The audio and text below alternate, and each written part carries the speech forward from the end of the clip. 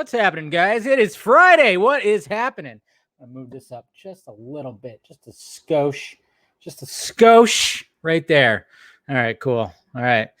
Yes, my crotch is illuminating blue today. That's for damn sure. I got blue balls. What's happening, guys? It is Friday. Welcome to the Vodka stream. Yes, we are here. We are live. What is happening, guys? Who's out there? Hey, what's up, Stallone fan? Ryan, hey. What's going on, Jester? Let's get it going. Let's get it on. Hey, what's going on, Andy? Yo, Ryan. Jody retweeted Scoopy. Of course he did. Mr. Patterson, SS Ram, what's up? Brendan, I should say. Hey, mi hermano, what's going on? ¿Qué tal? From Morocco. Hey, Mr. Lane, what's going on, buddy? Mikey, what's up? What's going on, Jason? Beer. Lots of beer. See, I read that as Keanu Reeves, Scott. I mean, big time. Blue balls area for sure. Jeez. So you guys get on. What's going on, Evan? Junkee, what's going on there, William? How's it going, guys? Yo, Jose, he's out there. Currently, of course, watching the Giants. They are playing the A's, and the A's have their number, just like the Padres do, and kind of the Dodgers, I guess. The Dodgers kind of have their number too, I guess, their number as well. But cheers, guys. We made it to Friday, another long week, especially for me. Jays, let's have some fun tonight. Yes, special guest, Miss LisWonder. Hey, look at that. Miss LisWonder is coming on the show tonight. The reason why it was a little late, we were just trying to work out stuff and everything and schedules and whatnot. So she'll be on in a little bit here. But wait, look at that. Mama Film Junkie. She's here. Look at that. Mama Film Junkie has made it. So she's here, guys. Mama Film Junkie is actually retiring soon. So that's good. That's exciting. She's very excited for that. Can't wait for that. So that's going to be happening next week. So congratulations, of course, Mama Film Junkie for that. Can't wait till I can retire. Jeez. When is that going to be? Another 40 years, maybe? I don't know. We'll see what happens. But, yeah, pretty interesting stuff. And cheers to, geez, we just had somebody pass away happening right now. Hold on a sec. Let me just adjust some things here. Yes. All right. Sorry. Just adjusting some things here. But yeah, Miss Ginsburg, Justice Ginsburg, she passed away tonight. So cheers. Let's all raise our glasses to her. Oh, let me take off that real quick. She was very important figure in in everything, I guess you could say. And yeah, cheers to her and her family and everything. That is quite a loss. Quite a loss.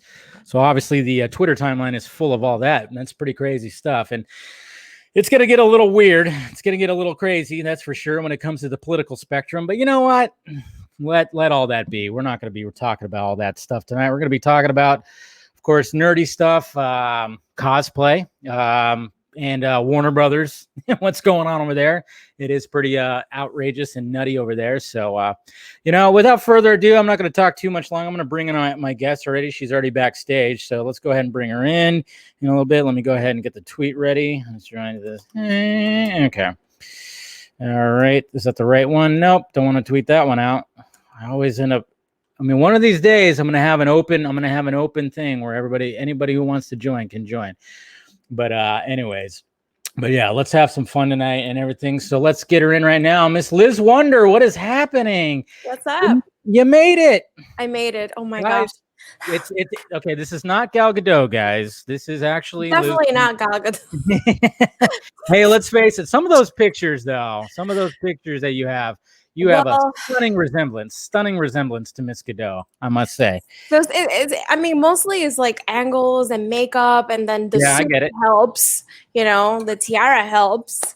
But yeah, it definitely does. But thank you for joining tonight. How you doing? Oh my gosh, thank you for having me. No problem. I like your shirt. Thank you. Yeah. I want to believe. That's for sure. I want to believe. We all believe. So how you doing this evening? I'm good. I was doing some cosplay stuff, taking advantage, just like get it going. Thank you, George. Yeah, always doing that cosplay stuff, aren't you? I know, it's my passion.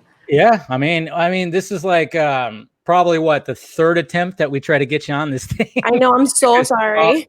Okay, no, I totally understand. It was always something.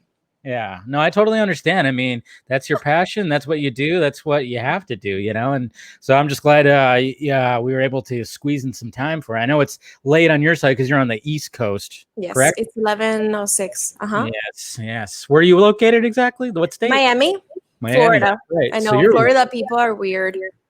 No, not at all. My dog just decided to join the stream. Oh, yeah, the dog was like, hey, can I get some love here? Can I get some attention? Look at him. Please. What's his name? His Trooper, like a stormtrooper. There you go. Cheers to that. Well, cheers, Trooper. Welcome to the stream. Is that really vodka?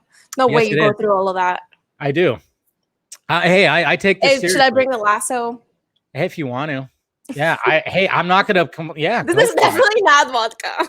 Oh, come on. Yeah. Like he brings up this big thermos. I'm like, wait a minute, what's in there? No. Oh, but anyways, okay, so you're located in Miami. Have you always been there? Did you grow up there, or what's going on with that? I grew up. I was born in Cuba, and then like any other Cuban that's trying to escape, my parents found a way through Russia. I know it's like random. Caribbean, then you go to like the cold weather, and then after that we came to the US. So it was just like a trip. I got here when I was 16. Okay. And yeah, that's my journey. That's your journey. So you settled there, and then what got you into all the cosplay stuff? So I wasn't sure what cosplay was, to be honest. I was very into academics when I got to the US. Obviously, I had to learn English. I had to like get to college, accepted everything like really fast. And so I was always a movie nerd, always anime. Like I loved all that stuff, but I never got a chance to really experience a convention like that.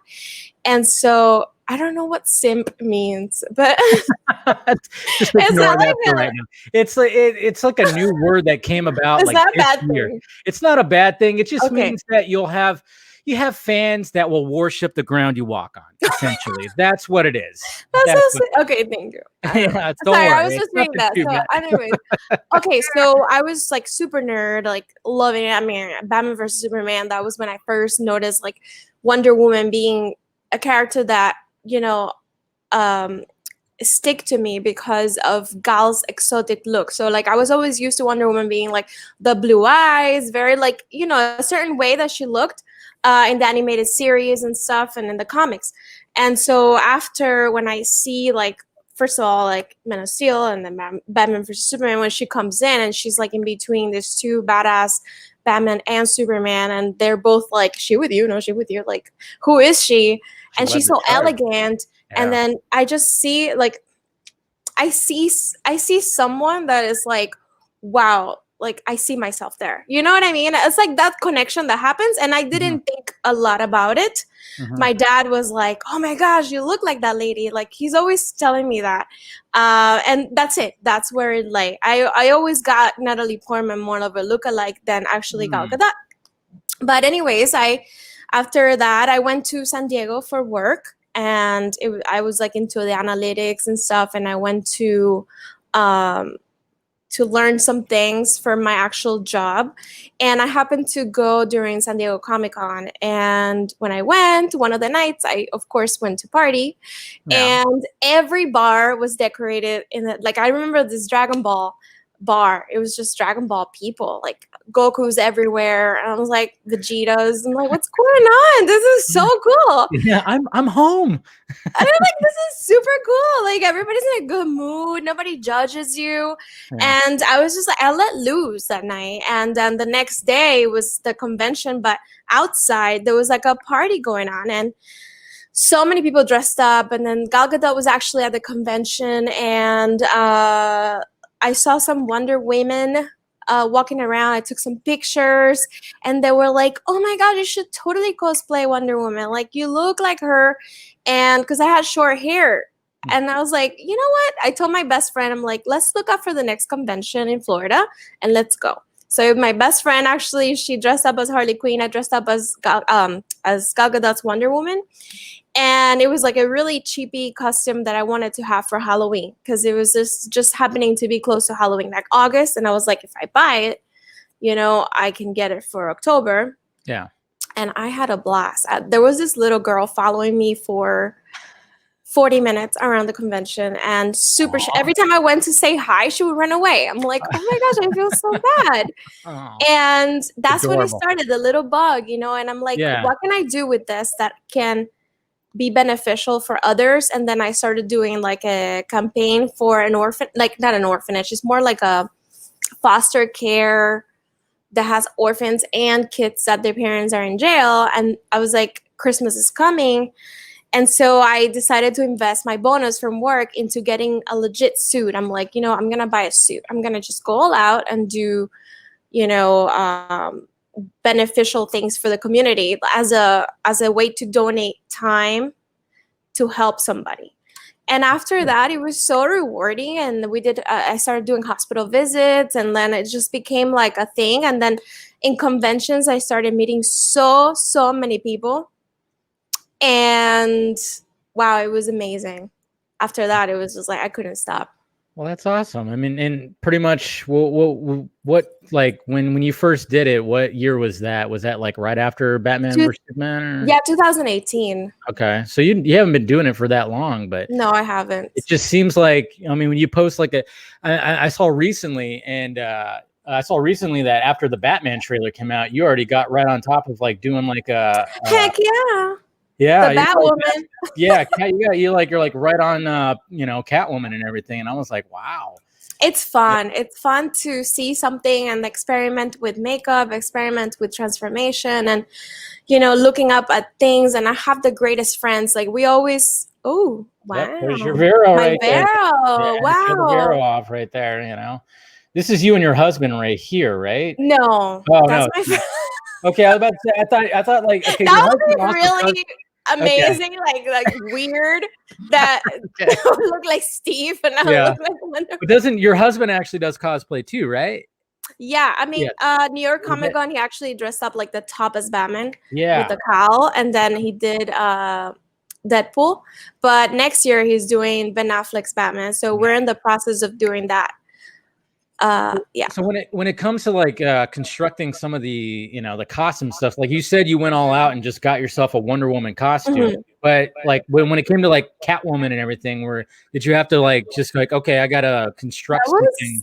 That wasn't hard because it's literally like a hoodie that you just cut off.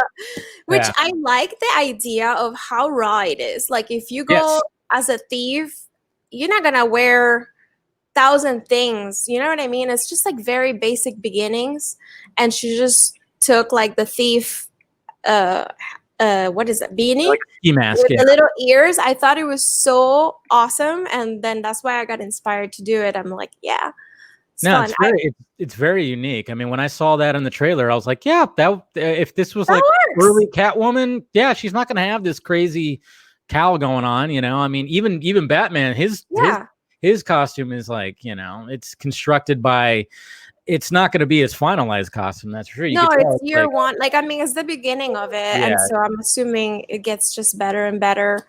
But yeah, I just really liked it. I like Zoe a lot. She's an amazing actress. Yeah, she definitely is. But like when it comes to like constructing, I mean, because sometimes when I see, I'm like, I could be baffled by the time and effort that people put in when it comes to cosplay. I mean, when I've seen, I mean, I haven't frequented conventions, probably not as much as you, but like when I see like videos or pictures of some of these people, I mean, you see somebody constructed like a full on like Iron Man costume with the freaking mask that opens up and everything. I'm like, first off, how do you find the time?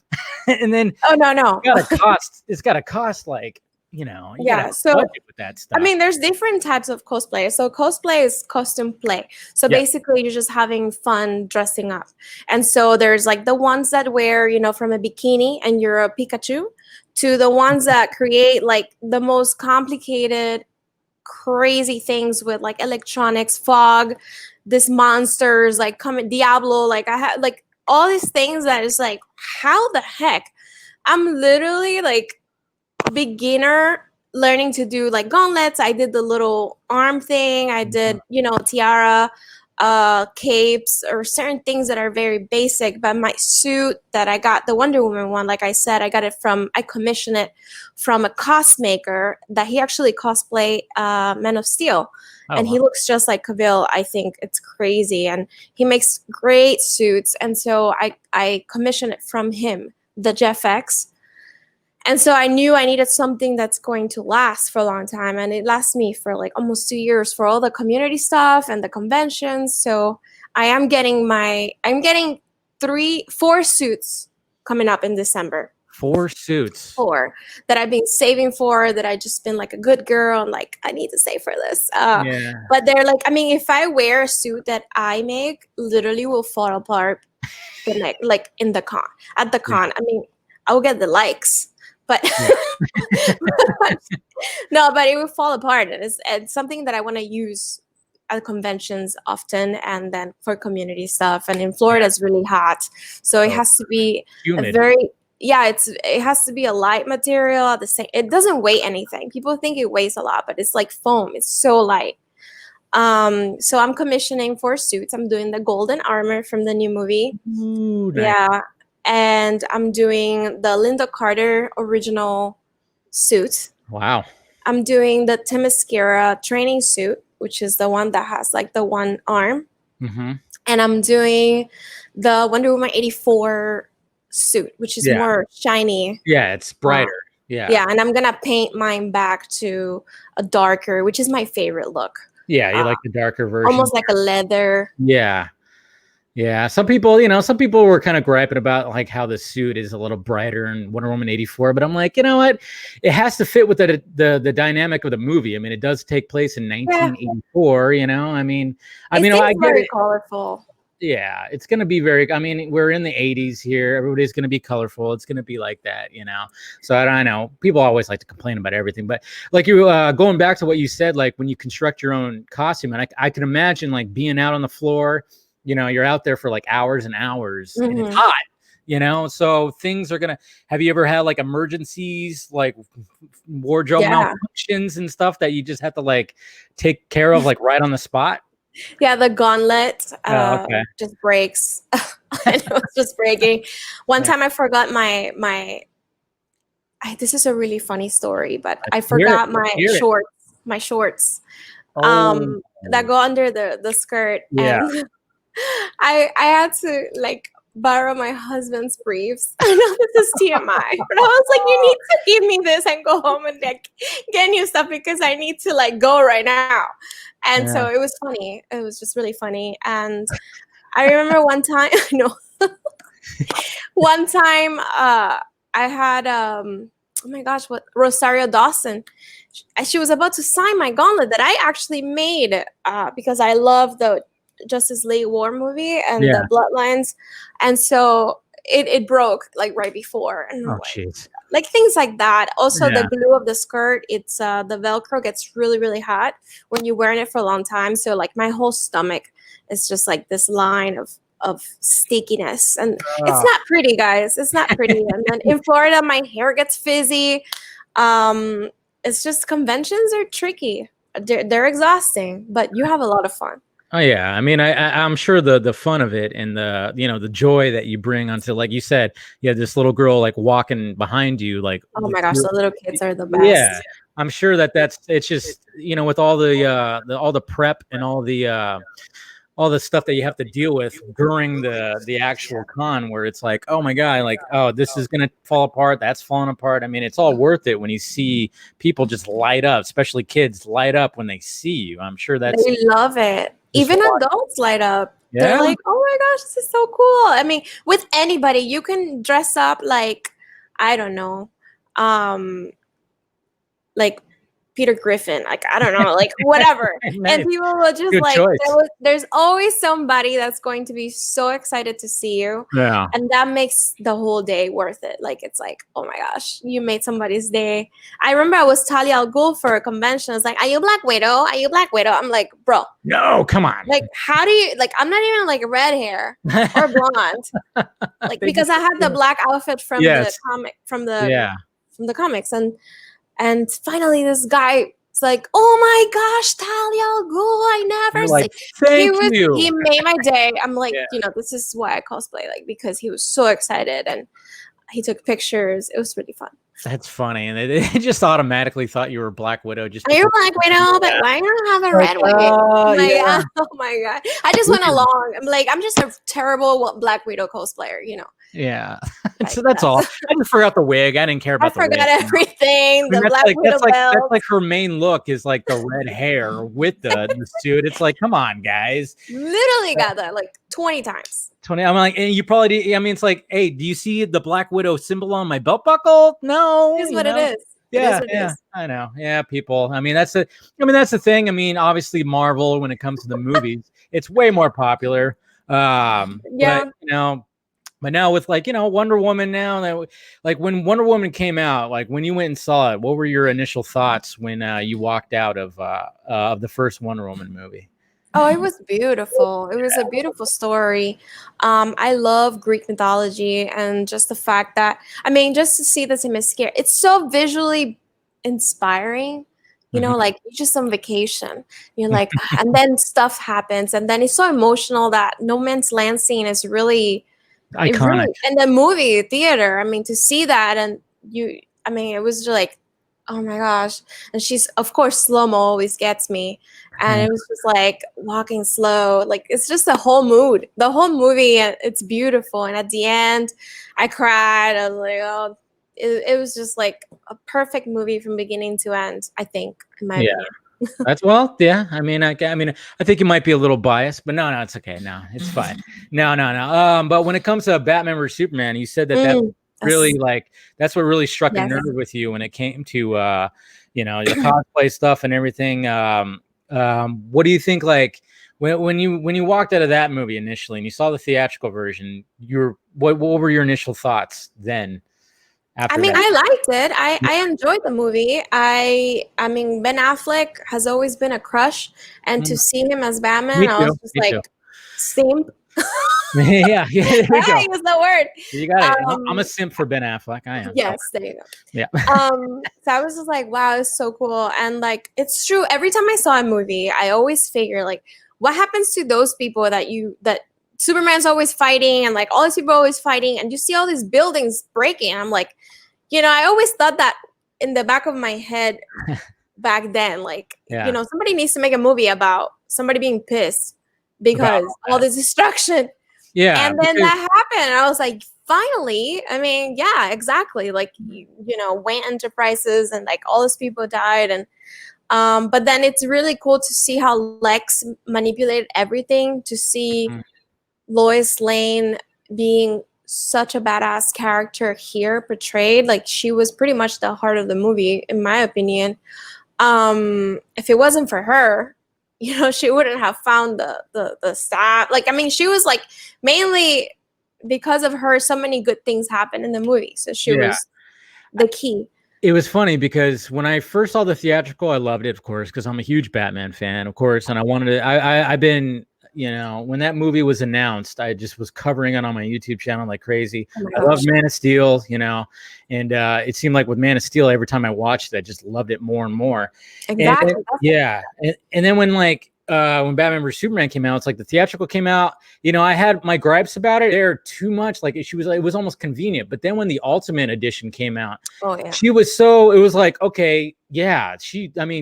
I think Snyder and crew really made it the focus that she was going to be like you said, almost like the heart of it, like the key. Like, people are saying they knew where it was going to. Exactly. Like, she had a lot more that she was doing where it's like, okay, now I understand why you're always showing up. Exactly what's going on. There were so many scenes that were removed from the theatrical when the Ultimate came out. It was like, I don't even remember the theatrical anymore. I know, because I don't even watch. When I watch, I'm going to watch the Ultimate. I don't remember what's missing. It was just a lot of her stuff and investigating, looking at the bullet, and Jenna Malone's character wasn't a part of it, and just stuff like that, where it was just it just connected all the dots of like, okay, Yeah, that's super important. Yes, this is why Lois is throughout this whole story. In the theatrical, it doesn't really play out as bad. Even like the Africa scene in the beginning is a lot longer, where you go, okay, it makes sense. Why is Yes, Lois I remember. Like, yes, it did feel kind of short, like happening things like very fast. But I really, really enjoyed it, and I really like the nightmare scene. I think it's so cool knowing like injustice stuff because, like, you know, in the injustice comic book, you know, Lois Lane dies and Superman becomes a dictator, and it's cool to see how he creates this whole world of people that obey him with like the symbol. And when I saw that, I mean, you gotta rewatch it, like, to catch the little glimpses of things, little details, and the parallel with it is amazing. Like, so it's so accurate and so good. And then you see the introduction of Wonder Woman, and you see her so elegant. Like I said, you know, like I was like, I noticed that every champagne scene, she declined it. She was like, yeah, no, she always, anytime somebody handed her a glass, she would just put it away. She's not that caught my attention a lot. I'm like, you know, that's pretty cool. It was like in the scene in the museum, and then I think there was another scene, I don't remember. Yeah, there was yeah, when they're like when they're looking at each other in that location when Lex meets everybody, that she goes like this, like, no, thank you. I noticed those things, and I'm like, that's really cool. Well, there's even little details like when Lex talks about, you know, Thunderbolt from Zeus and everything, and she kind of rolls her eyes like, really? Like, you're going to talk about gods? It's like, I know this. I mean, this is my bag. Okay, this is where I'm from here, skinny little dude with the weird hair. Yeah, I mean, yeah, it was great how Diana was introduced, like, at that party. And then, you know, it wasn't just full on like, you know, I remember going, how are they going to introduce her like as Wonder Woman? And it was actually quite perfect. I mean, to this day, I think we can all agree, everybody in the live chat and you too, is the way that they introduced her. What's up? No, that my comments were stuck up there. Is that what happened? See any comments? No, but like when she finally like got introduced as Wonder Woman, her entrance, you know, saving Batman's ass. Her suit. Perfect. It was perfect. Goodness. It was perfect. It was perfect. I don't think there's ever going to be a superhero entrance as perfect. Yeah, I don't think so either. We're like blocking with the gauntlets, and then with the music and everything, and just like, I mean, just even talking about it will just give me goosebumps. You know. Michelle's here. Michelle. Hi, Michelle. Yeah. I'm just catching up. It's fine. It's totally fine. But so okay, the pressing question is, how did you feel after walking out of you know, going to see Justice League and walking out of that? I was I mean, it was very disappointing. It was, I mean, first of all, everything that happened was just so, you know, heartbreaking.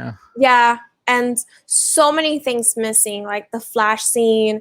I remember seeing them in the trailer, and I'm like, where the heck is all this stuff? You know what I mean? I was like, and then after that, I remember investigating more, and that's when I started like what the heck happened.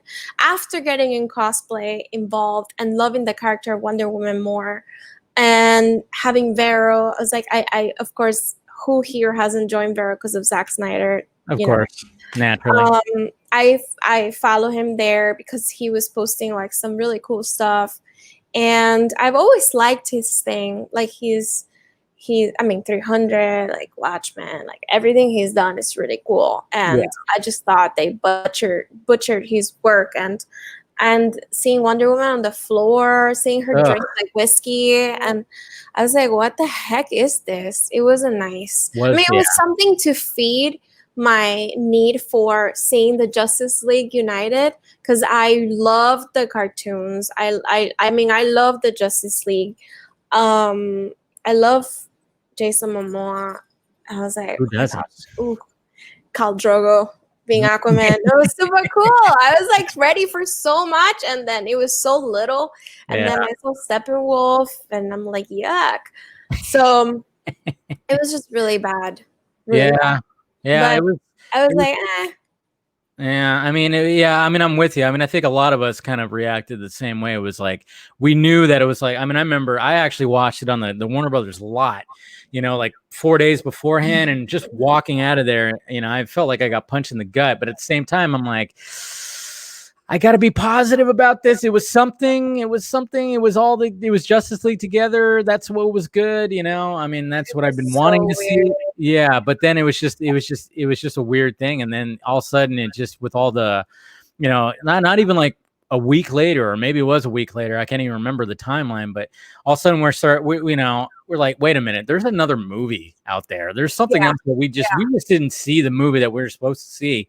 And the Snyder Cut hashtag started happening, and people just started really talking about it. And I don't know, like when you really got involved with the whole release of Snyder Cut movement. It was like right after I decided to cosplay. As you go into a character, you study it more. I mean, that's just me. Yeah, I wanted to learn more about it, and I remember like, hey, the Justice League has to be some sort of inspiration, but it wasn't. And I remember like, what the heck? Doesn't match, that Batman vs Superman feeling. And then I remember, joining Twitter and seeing the hashtag, started using it like, yeah, let's do it. Like I felt like there was a group of people fighting for something, especially because I had all this stuff about, like I said, I started cosplaying to do something for the community, and I saw they did stuff for the SPCA, a American Foundation for Suicide Prevention. Yeah. And I was like, that is pretty cool. That it's not just about a movie; it's also about getting something across, like a message about mental health. And I like the people that were very passionate individuals.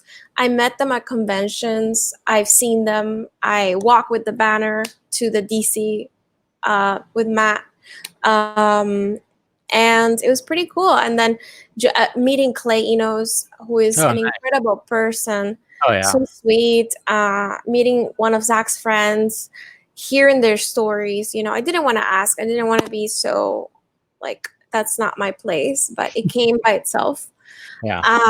And it was just like something that really set with me. And Michelle here, if she's still here, she used to be so annoyed every time I'm like, release a Snyder Cut, like in a joke way. I would text her that not again once in a while. Yeah, I know. I would text her that once in a while. She was like, oh my gosh, shut up. Yeah, stop it with the Snyder Cut stuff. I know. I know. And like people thought it was just fake. Everybody was like, you crazy. Yeah. Some of my cosplayer friends are like, I don't think there's a movie. And then we did it. I don't know. We did it. How'd you feel that day? How'd you feel that day when it was? I cried. Actually, the day when it really hit me and I realized it's happening, it was the DC FanDome event when they released the trailer. Yeah. I got chills and I had teary eyes, and I'm like, Dan, you fight for something so much, and then this is actually happening, and all those scenes were better than the whole movie that we saw. So yeah, that trailer was better than the whole theatrical. Yeah, it was something crazy. I'm like, the music when I saw, Uxas, how do you say it? We even Snyder says, what they called him, young Darkseid. So, it's like Uxas, I don't know, Uxas, I don't know. Uxas. Yeah, I know. It's like I've said it all different ways too. Don't even worry about it. But I mean, even Snyder himself said that, we just called him young Darkseid. I'm like, there it is. Let's do that. Yes, young Darkseid. When it opened up with a hallelujah, I'm like, dang. And then I couldn't stop rewatching and I know it was just like, wow, with the, what is that, sonic tubes? No, I forgot where they come boom tubes.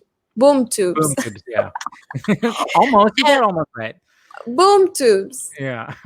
Oxus, somebody said. Yeah, there you go. So everybody tries to sound it out. It's like, just say young Darkseid. Dave, if you hear any weird noises, I'm not farting, I promise. Or my dog. I was about to say, I'm like, what'd you have? It's my couch. It's a leather couch. I'm moving my legs. It's okay. And it's like, I'm like, oh my God. I got a leather seat myself. Sometimes it makes noises. It's okay. I'm gonna clip those out and be like, look at LisWonder. She was farting on my stream. What's going on? I don't care. She Bad publicity is good publicity. Yeah, exactly. It'll go viral. It'll go viral 100%. Right. No, but what I wanted to bring forth too is like, speaking of trailers, we voiced some fan trailers. Yeah, we did. Yeah, I was Batman / Bruce Wayne. You were We did so good. Yeah, they Ascended Ancient and Krypton Cage and all those guys. They did a really good job. And it was great. Like, they were like, oh yeah, we got LisWonder to play Wonder Woman. I'm like, sweet. And you sounded just like her. Everything worked out. I don't know if we're gonna do like a different one. Probably not. We should. I know. I don't know if they would. The thing is, though, with the new trailer, there's not much dialogue. There's not conversation. I mean, if anybody's gonna have, lines, it'll be me. It will be you. Yeah, I know. I'm like, yeah. What can I say? No, but yeah. I don't know if there's another trailer that has more dialogue, maybe we'll do something. But that was actually a lot of fun when those guys approached me about it. I was like, that sounds cool. That'd be interesting. So cool. Yeah, I mean, I don't know how your process was, but I mean, mine was. My gosh. Did it take you a while? No, I mean, I actually a little bit, because her voice is so deep. I'm like, oh, I can't do this voice. I was like, oh. Yes. Well, how do you think I felt? I had to get growly, like there's a yeah, I had to be like, there's a storm coming. There's a storm coming. I had to do that a couple of times, man. I was like, okay, I got to get this down. And then it's like, there's a storm coming or something like that. And I'm like, I had to get growly. So at the end, I was like, dang, my voice is kind of hurting me a little bit. Her voice is almost like Batman. She has she has a deep voice. She definitely does. She definitely has a deep voice. And I mean, when you watch DC FanDome and obviously the new Wonder Woman trailer came out. I mean, I know you're probably excited for it. What when it came to both of the trailers that came out, which one was your favorite? Zack Snyder. I mean, I couldn't focus that day. I wanted to see the Zack Snyder, and I wanted to do way more for Wonder Woman, and I didn't do anything.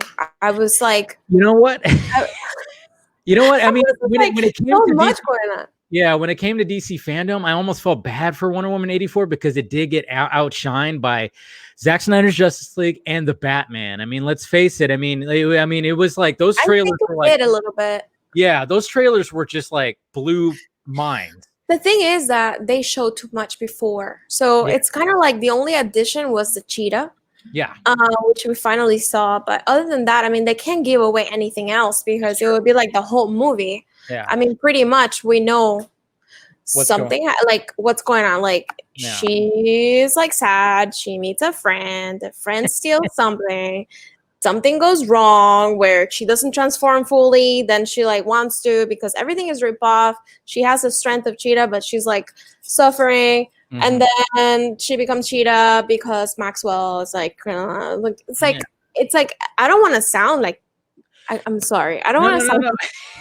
I love the movie. Get what you're saying. I'm just saying, like, if you give more away, is like what No, I know. I totally agree with you. I mean, like, I'm still excited to see it, but I mean, let's face it. That first trailer for Wonder Woman 84 popped when they showed it at Comicon. That was so cool. Oh my god, with the music and everything. I mean, yes. I think they should have left it at that. Agree. I totally agree. The second trailer, I was like, okay, cool. We heard Hans Zimmer score and we saw Cheetah. Awesome. But I'm like, like I only watched it maybe twice, 3 times. But when it came to the other trailers, I watched over and over and over again, because we got it already. Exactly. I mean, honestly, like I'm super excited because my friend, Adi Rodriguez, she cosplays Cheetah. So I was just like, all I could see was her. I'm like, my gosh, 80, look at this, 80, look at this, look at that. And I was just like so excited for her. So I rewatched it with her. We took print screens because they had it like a whole secret. And finally they showed it and it looks pretty cool. It does. It definitely does. And I was also happy too, like when Snyder had his panel at FanDome, and we had Cavill come in, say something, Ben Affleck, Ezra Miller, and then all of a sudden it was like Gal Gadot and Patty Jenkins, and I'm like, thank you, because there's a lot of you look out there into the Twitter sphere, which can be a my And so many after, theories, right? But Zack is a producer of the film. Zack yes, loves Wonder Woman.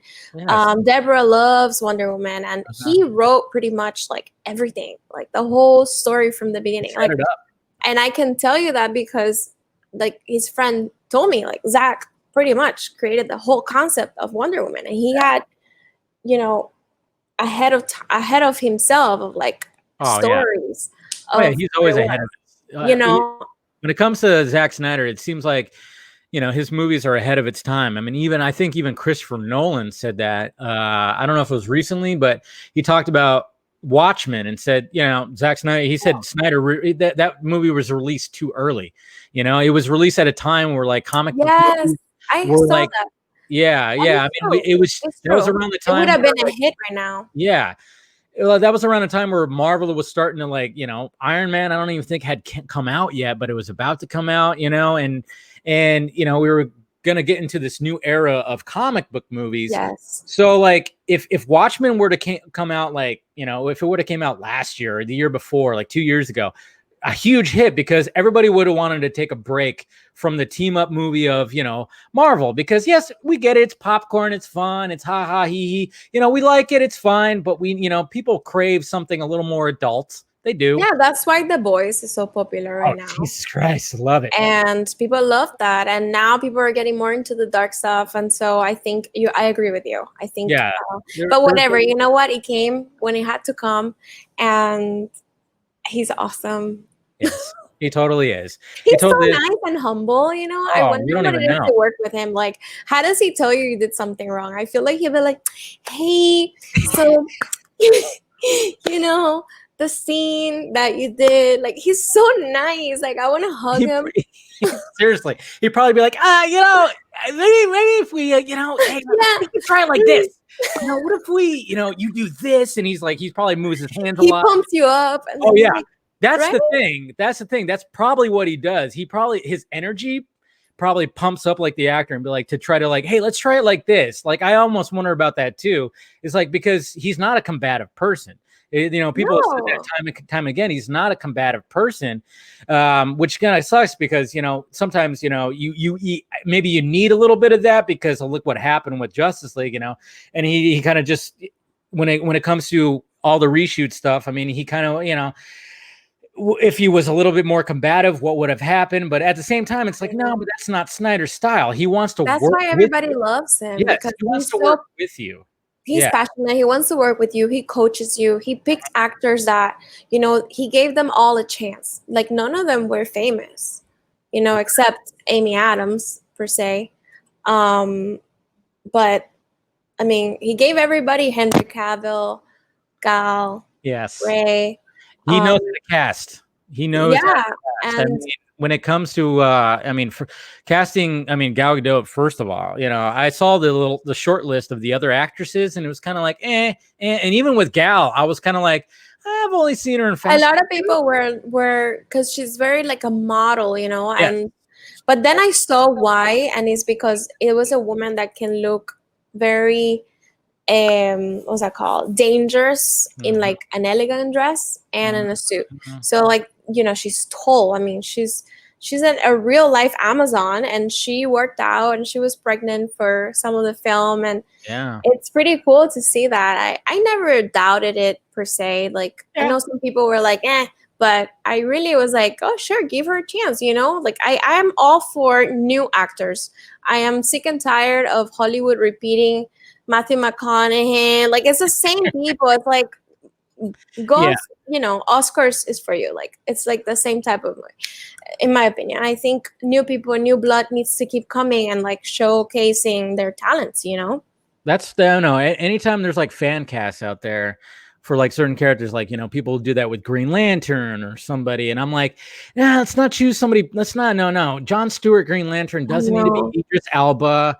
He's already, it needs to be somebody fresh, somebody new. I mean, and I love the fact when people go like, well, what about John David Washington? I'm like, there you go. He's new. He's fresh. He's getting up there. Somebody like that. Yes.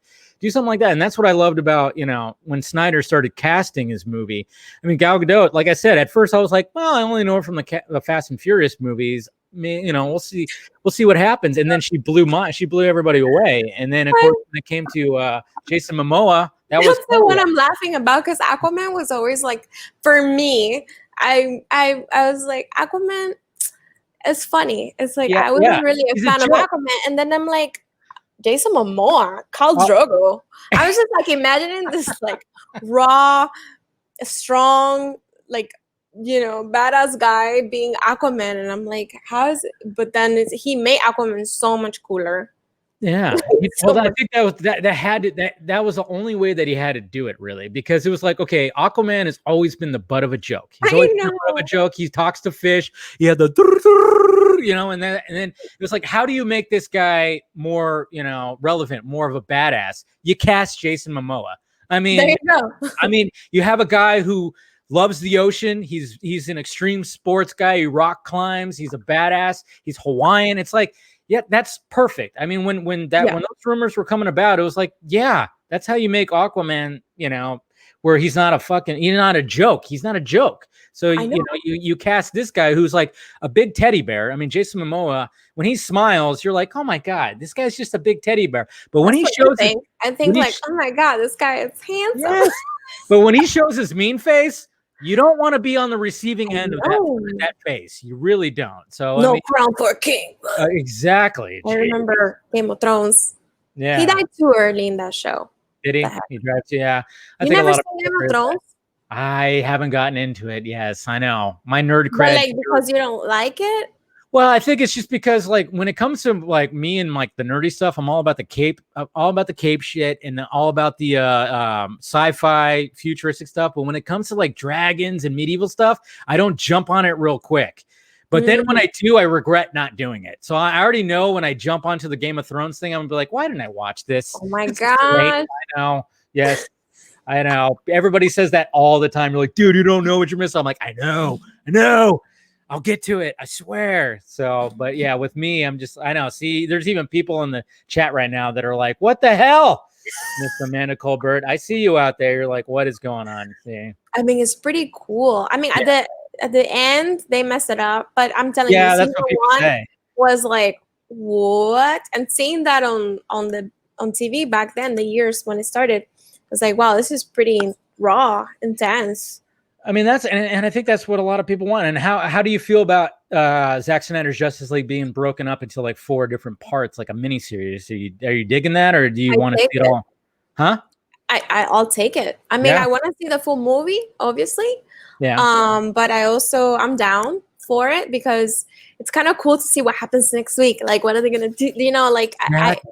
I'm excited, and I imagine the Twitter world going crazy over last week's episode, and but it's just creates an excitement, and I'm all about that too. So I don't know. I feel like it's good, and at the same time, at the end, it would be great if they released a movie, for us to own and see it fully. I mean, it sounds to me like that's the plan.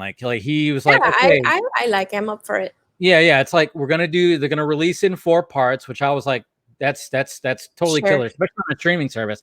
But then I think it's just it's gonna play out as a long movie, and we got somebody that's gonna join, Mr. Scott McClellan. What's up, sir? Hello. Hi. Hey, Liz. Hey. Look at your shirt. You got the 89 Batman and Superman back there. You got the 3 spiked tail. I love it. I did it just for you. My wife insisted, Dave. It was for you. Thank you. Yes, I will. If you know this, Liz, I for some reason that the 89 Batman, I got of course the little Funko right here. I've always loved the symbol that was so unique because it has the 3 spikes on the tail. It's cool. Yeah, so I'm the bone, right? The bone. Yeah, I just always find it so unique because I don't know I still want to know the story behind that. When Burton was helping design the costume, what made them go with hey, make the tail have 3 spikes, not just the 1 spike, something different. Because when you look at the cover of 89 Batman, it's the normal logo. It's the normal regular Bat logo that's just got the single tail. But, his costume has that. And then when it came to Batman Returns, it disappeared. And I'm like, oh, come on. But welcome, Scott. How you doing today? I am happy to be here. You look happy. It's one of those weeks. You had one of those. It was one of those weeks. I even went. My wife sent me to find. She just said, "I need chocolate." And I know what that means. Yes. Unfortunately, it meant I had to go to 5 different stores to find the one candy bar that my wife wants when she says, "I want chocolate." It's a symphony bar with toffee. There it is. Unique. Okay. And so I had to go to and everywhere I went just had like the normal plain milk chocolate symphony bar. So I went to a CVS, I went to a gas station, I went to a Dollar General, I went to a Publix. Good husband. Hey, that's a good husband. It's what I do. However, while I was out getting her chocolate, I did bother to pick myself up some liquid refreshment to get ready for this evening because, oh dear God, I need it. Yes. So, Dave, for you, it's cherry. Oh, you got the cherry wheat. Look at you. Nice. You like cherry? Speaking of, Scott just had a baby. You just had a baby too, right, Liz? Yes. Yes. How's that going? It's going great. Yeah. Hands always full of Desitin everywhere. Yep. Trying to balance because I lost my job because of coronavirus. And so, man. But it kind of works out. It's weird. Like God always blesses you like in different things. Like my husband got a little promotion, nothing crazy, but like a little, it helps, sustain. And then I can do more cosplay with my free time and, tend to the baby, which is great to have her like with me. And yeah. How old is she? She's about to be 3. She's 3 months. 3 months. And how old is your kids, Scott? Callum's going to be 2 months. 2 months next week. Yeah. Yeah. And he's already made an appearance on the Vodka stream. Which made many appearances. Actually, many appearances. Yeah. He even got to meet Zach. Remember, he was there for Zach. He was there for the Zack Snyder stream right there on Real Emotion, which was an awesome. That was. That's something that he'll always have. He'll always have that, I will always have that video download a computer and go, son, that was you. there you are. I'm holding you, rocking you right there as we're talking to Zack Snyder. Crazy stuff, man. But also, what I wanted to talk about with you guys, like Liz, like how are you feeling about all the stuff that's happening with Ray Fisher and everything, with Warner Brothers and everything? It's crazy. I mean, honestly, every company has its drama. Like with like I remember when I used to work at my other company, like it's the same thing.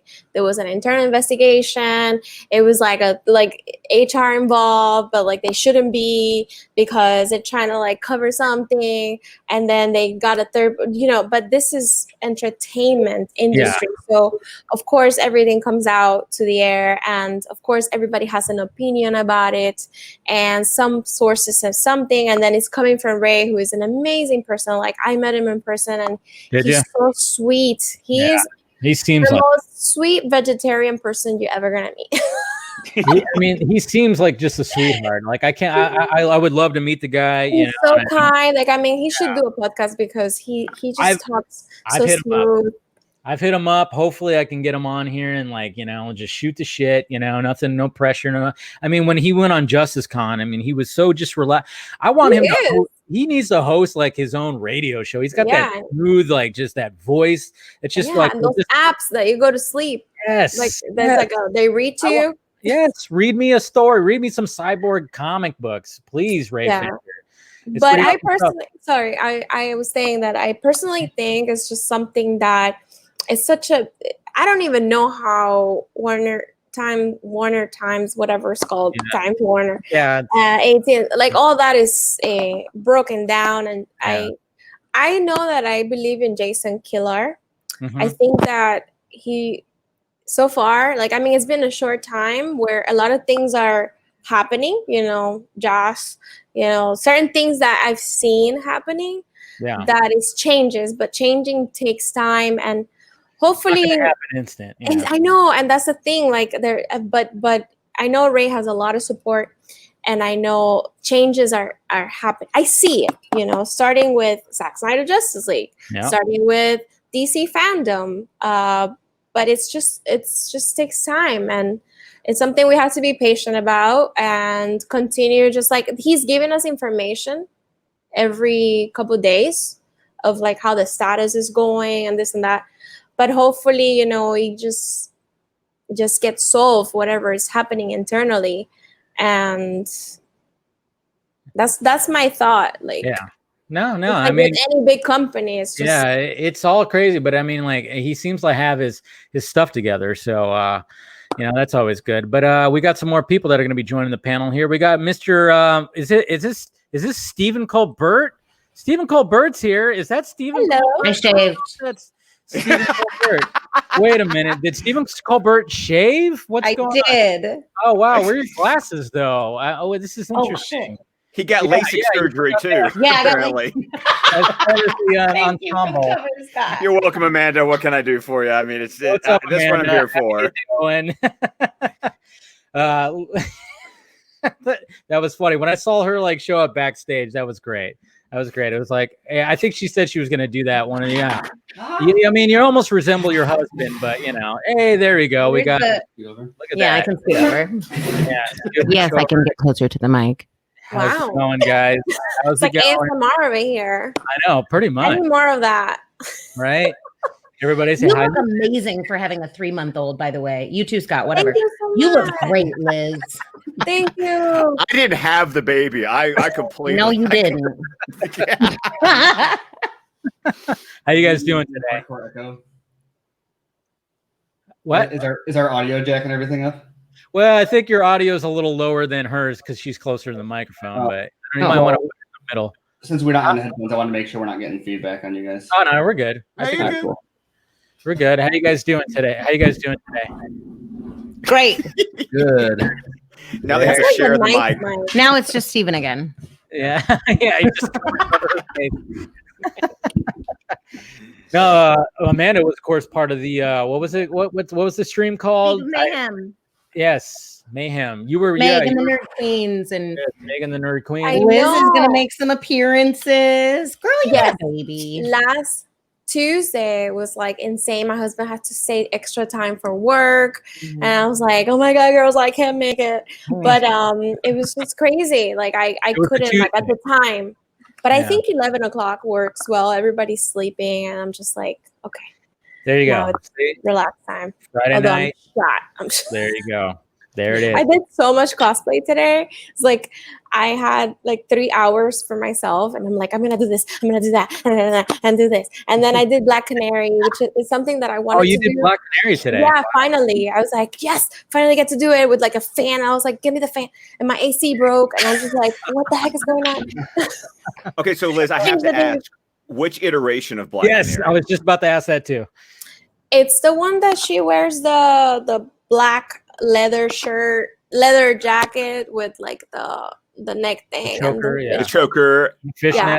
So you went comic accurate. Yeah. Not Birds of Prey. Like, Or not the blue outfit. No, Okay, yeah. okay. It's just Okay. the black. It was just easier. Yeah. I just had a blonde wig, and I think it's cool. I like her a lot, and I don't know. Like, The cool thing about scream that like a is you, Cuban lady. with the blonde wig, that actually makes you even more comic accurate. it's true. Yeah, but I don't have That's the what she blue wears, eyes. right? That's part of her costume is, of course, having that blonde wig. Yeah. Yeah. But that's cool. So is there, Liz, is there any like cosplay that you haven't done yet that you're like really looking forward to like actually doing? Yeah, Like, so I mean, there's so many things that I'm like, I want to cosplay that. I want to cosplay that. Like every Wonder Woman like animated film that I've seen, I want to do it. I want to do the red sun, the white, white hair. I There you want to do. I mean, so many, and it's like I wish I could make all this stuff like so appropriate. But I do want the Golden Eagle suit and the ones that that's I gonna be mentioned awesome earlier. to see. That's cool. And then I'm gonna do Miss Congeniality next week. I saw that on your hero, and I'm like, interesting. Well, you know what cosplay you did that was actually really cool was you dress up as Nightmare Batman, right? Didn't you do the Nightmare Batman? Do that, or am I thinking of somebody else? No, because you won the Justice Con cosplay with that, right? Oh yeah. Okay, I was about to say, I'm like, honestly, did I get the wrong like person? 12 o'clock here, and I was like, "What's that mean?" Oh my God. Don't yes. worry. Dave has learned that I have a ridiculous memory for very useless information. I want When it comes to information that I need, I could look to him in the chat and be like, "Oh, there it is. There it is, right there. Thank you, sir." You're like, you did that. You remember? And trust me, my own podcast co-host just wants to go. Oh Shut my up, God. just shut up, Scott. Yeah, the Nightmare Batman. Yes. It was so cool. I was like, I'm gonna do it because it's so cool. Was it hard to put that costume together? No, Yeah. That's good. everything is on Amazon. I feel like everything is on Amazon. The goggles, It's the true. coat. Just go Because on. I always like. I mean, I spend money on these things, and it's hard now without the job. So like, I sell the digital prints on the coffee, and sometimes that helps. But like, I go on Amazon and. I just have packages coming in and out, and I think about it. I'm like, what can I use in the future without cosplay? So like the actual coat, I could use it for the winter. Right. Like Miss Congeniality, I bought this pink dress, strapless. I'm like, for a wedding. Little things like this, and I'm like, That's I can reuse it. Yeah. No, that's good. You gotta I love it. recycle it. All right, some more people are going to be joining. Mr. Ben Everett and Miss Wonder Meg has just. Meg is Yay. here. Yay. Oh, we got two wonders And in Ben. here. We got two wonders. Watch out. True. What the God?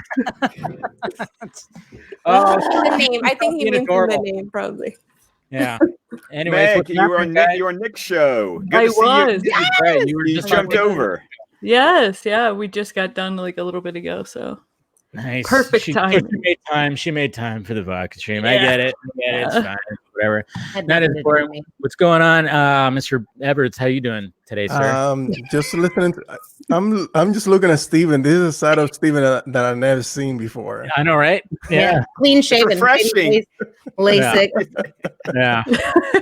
How you doing, Amanda? I'm good. How are you? How you doing, Liz? You should I don't think- know. God.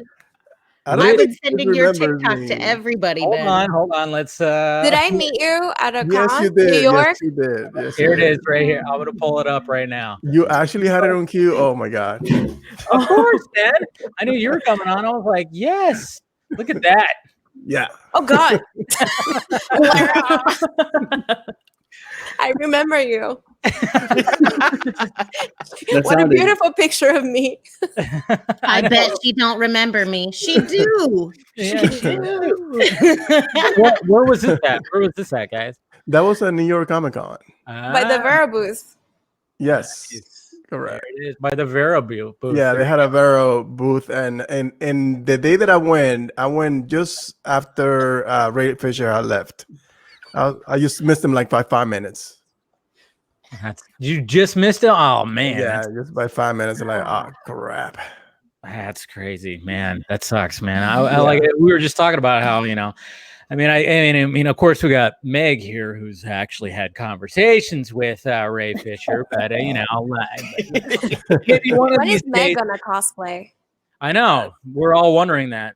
Oh, Meg. you don't want to see that. Why not? Well, I think she asked for a reason. I want Uh, to do that. You want to? Okay, just for you, Liz. Just for you. Yeah, thank you. You're welcome. There it is, already requested right there. Hey Scott, I'm sorry I didn't say hi to you. Scott. Oh yeah. It's fine. I'm in a corner. It's okay. Yeah, we always try to put Scott in a corner. You jump in when he needs to. No, but it's been pretty great. But anyways, guys. Okay, so Meg, you were just on Nick Tina's show. They were talking. Yeah, I remember. I listened in a little bit as I was preparing for this right here, and I heard you guys talking about Justice Con and whatnot. Yeah. Liz, did you catch Justice Con? Did you catch? Yes, and I got a shirt. Yes. I got a long sleeve, Yeah, there it which is. I can't wear in Florida. I was like outside. It's pretty small. Yeah, I get that. Yes. Liz and I have what's the word? Where are you from? Commiserated. I'm in Alabama. So He's in Oh my Alabama. gosh. What's the word? Mine is- You're a language arts teacher. Meanwhile, I just started wearing my Zack Snyder's Justice League hoodie again, and I am so happy that it is cold enough. Mm. So Yeah, I have it's like- turned the air conditioning on. It's been on the verge recently, and I'm like, Where are you "Air guys? is on, then I can wear it." I'm in California. Beautiful. It was 100 degrees today, so I can't wear it. I live It in was also Michigan on and it was fire. 55 degrees Oh, today. that's it's nice. not. though. It was Yes. beautiful. I loved it so much. Like a 55, Rub it 60 in, guys. weather. It was like 60 something today in Iowa. Nice. Mm. Here we Well, are from Iowa. Iowa. That's where the potatoes are from. No, That's that's what Idaho. Idaho. actually Idaho. Oh, Yeah. The other Eye. potatoes here too. We Yeah, have there's potatoes. potatoes, corn, pigs, and soybeans, basically. Oh, Liz, you're so awesome. All right. Yeah, you were close. It was Never the other eye mind. thing. Yeah. Commiserate. Iowa- That was Iowa the used- word I was looking for. Commiserate. It came to me. You're finally. welcome. Yes, there it was right there. It's just good stuff. So, how are you guys feeling about what's happened this week when it comes to Mr. Fisher, Warner Oh. Brothers, all the stuff? I mean, Steven, you first, because you weren't here last week. We missed you. Of I course. know, dude. I know. Yeah, well, there's been developments since last week, right? Yeah. Oh yeah. I would say so. You have your phone. Put on Axel DB Cooper in the bedroom TV for Shepard. Well, I mean, there's like, for instance, like, I mean, we have, of course, this article that came out when it came to Pilar, and I mean, this right here. I mean, geez. Yeah, I've read their statements, but I haven't had a chance to read the full article. We just Well, talked. that But there's no article way is- that what they're saying doesn't apply to WB as well, Yeah. right? Everything they're talking about like Ellen and like the what did TV you division. say? Company hire a third party to review. Yeah. I mean, I like Jason Killer a lot. I think I was saying it earlier. I think he's bringing a lot of changes, and poor guy, like, like I mean, he's trying to like change things, you know. I don't know. That needs to be changed. Swimming upstream. Yeah, no, definitely. I mean, a culture of a company is very difficult. So, like, I worked before in strategizing, you know, the strategic planning and all that stuff. And the first thing is the culture. That's the first thing that needs to change. Yep. Define it, you know, create like the plan where it's going, and then little by little create action points and change it up, whatever it's going on. So it's something that it's like I was saying earlier, that it takes time. I mean, but this is an entertainment industry, so everything that happens is like out there, right? Yeah. And it's just crazy. Well, and the Jason or the Ray stuff gets like a lot of attention, and so all the focus is on like what happened on the set of Justice League or with Yeah. Justice League reshoots in general. I But I don't wonder- think people fully realize the full extent of there's a lot, and when AT&T found out what they inherited with Warner Brothers, there was a lot of concerns about culture and other things, and they really needed to there was very, very top heavy like producer executive environment, and a lot of the people that had like long-term deals there was a lot of like pro quo going on that had resulted in them getting there, and so they've been trying to clean that up as much as possible, because there's a significant chunk of like every movie's budgets were going to people who like just had relationships because of handshakes that had been made a decade earlier that weren't actually doing anything of value. Yeah.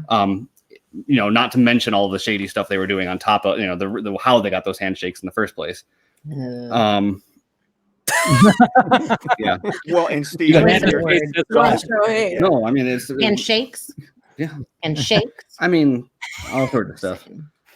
well, and Steven, to your Bagels, point, that whatever. article Casting that couches? Dave put up, there really all you need from that article, it was just if you've read Keelar's and Sarnoff's Yeah. memos, that was everything. What they do in that article, though, is they do link to their more extensive breakdown of the daytime television issues, and that's a completely separate article, and it's quite the profile piece about everything going on at Rosie and Ellen. I'm like, Yeah. I was like, the Rosie show, like that was the 90s, and they're going back Oh all yeah, the way I to heard she that. was horrible too. I heard she was horrible too. I mean, it's Yeah. just And crazy. Ellen. Yeah. Well, Yeah. And the fact that this is happening now when like Ellen was already investigated and people were already dismissed, I think you can apply that to the Ray situation as well to show like, no. What they're doing now is they're saying that wasn't enough. It's clear WB was just kind of, it was a smoke screen. That first investigation, if it got dismissed, probably was something very similar to what Ray's fighting right now, which is not truly a third Ellen? party. Yeah. Well, no, it was a third party, and then they like that's what WB said about this too, though. Well, it's a third, quote unquote, third party. I mean, technically it is, but it's someone they've got a relationship with, and then they did the investigation, and then like 3 executives left, and they were like, "Oh, it's unfortunate that happened." Anyway. And it's like, no, the problem, everyone knows the problem is Ellen. Like, Yeah. What are you talking about, Steven? She dances. What happened? She smiles all the time. And she terrorizes has an people for app. fun, too. Yeah, that's actually the part that like I really don't like is the whole like I'm gonna jump scare people for fun because Yeah. I don't like that people at have all. actual trauma. I that never you watched shouldn't do that too. I ever. think half of them know they're gonna get jump Huntress, scared. nice. Yeah, I mean, I'm sure sometime when you're sitting in that chair, you might suspect, but then she distracts you by interviewing, and then all of a sudden somebody jumps out, and then she laughs uncontrollably at the fact that you just got, Evil. Like imagine her in high school, like let's prank this guy. Yes. Just like laughing, like imagine. I can only, and it sucks too because I mean I've seen Ellen's old stand-up. It's funny. I mean, she's a funny woman. funny. She's Dory. Yes. Oh, she was Dory. Yes, and she probably kind of stole Dory. Yeah. Yeah. Get it? But like it's a little, but I remember hearing stuff about Rosie too, like she was horrible, and then you got TMZ. I probably missed something. What did I miss? You guys are I'm You just just repeat. She's laughing at Dory. Dory. Dory. Dory. I repeated that she She's was Dory. Yeah, I get it. Yeah, totally. Yeah. Notice how the parents got that joke really More, fast. yeah. not the guy who doesn't have a kid. Yes. I get it. She was also Dory. Yes, I get it. Dave looks like a teacher, and we're like in Zoom, like the student. That's funny because it's usually Scott the Dave was one like, that's "I get looking it." down like these guys. Like towards the end of the night, Scott will be like the teacher because he is a teacher. He'll be looking at us like, "Yeah, you bunch of drunks just saying." It's this look, isn't it, Dave? Yeah, It's pretty this much look. is that like that we'll get from Scott towards the end of the night. It's pretty great. But yeah, when it comes to all this, I mean it's what needs to be, and I guess TMZ on TV is like the other one that's Yeah, it got named too. yeah. Shocking. So I wonder what's going on. ooh. Yeah, I mean, anybody shocked on that one? It's Not not at all. right copies. Not at all. But It's trash TV. yeah. But when it comes, No, and we got When did that article come out? It came out. Was it today or yesterday? I think it was today. It was yesterday because Was it? they dropped Hollywood Reporter dropped 2 separate articles at the same time. The Keelar Sarnoff one that Dave just threw up on the screen. There's a hyperlink in that one to the extensive piece about what was going on at Telepictures, which is all their daytime television. That's the one that goes into the Ellen and the TMZ and the Rosie stuff. that's crazy. I've also always kind of been of the opinion that of the trades, the Hollywood Reporter tends to be like my favorite. I feel like while they all kind of play the corporate PR game quite a bit, THR more often than not does like the actual investigative work usually, or is willing to come out against the studio more often than others are. And so given kind of the tone of these articles that are coming out, I wouldn't be shocked if they do some additional coverage and loop, if this is more of a long running thing they do and loop in, like Ray or any of the other people that have been speaking out about stuff at WB. Because now that THR has actually kind of got their eye on this, if you paid attention to the Bryan Singer stuff or a lot of that kind of stuff, like that's THR often that is covering that before other places. And so now that this is a story that they are like sniffing out, I expect them to continue down that rabbit hole. So I'm really curious to see where that goes. And their articles tend to be when they do these kind of pieces, they also tend to be the more extensively written. I should know this from how many times I've had to read them and cut and paste them into our show notes over at PC Film Squadcast. Drink. Cheers. I'm used to having to What the fuck?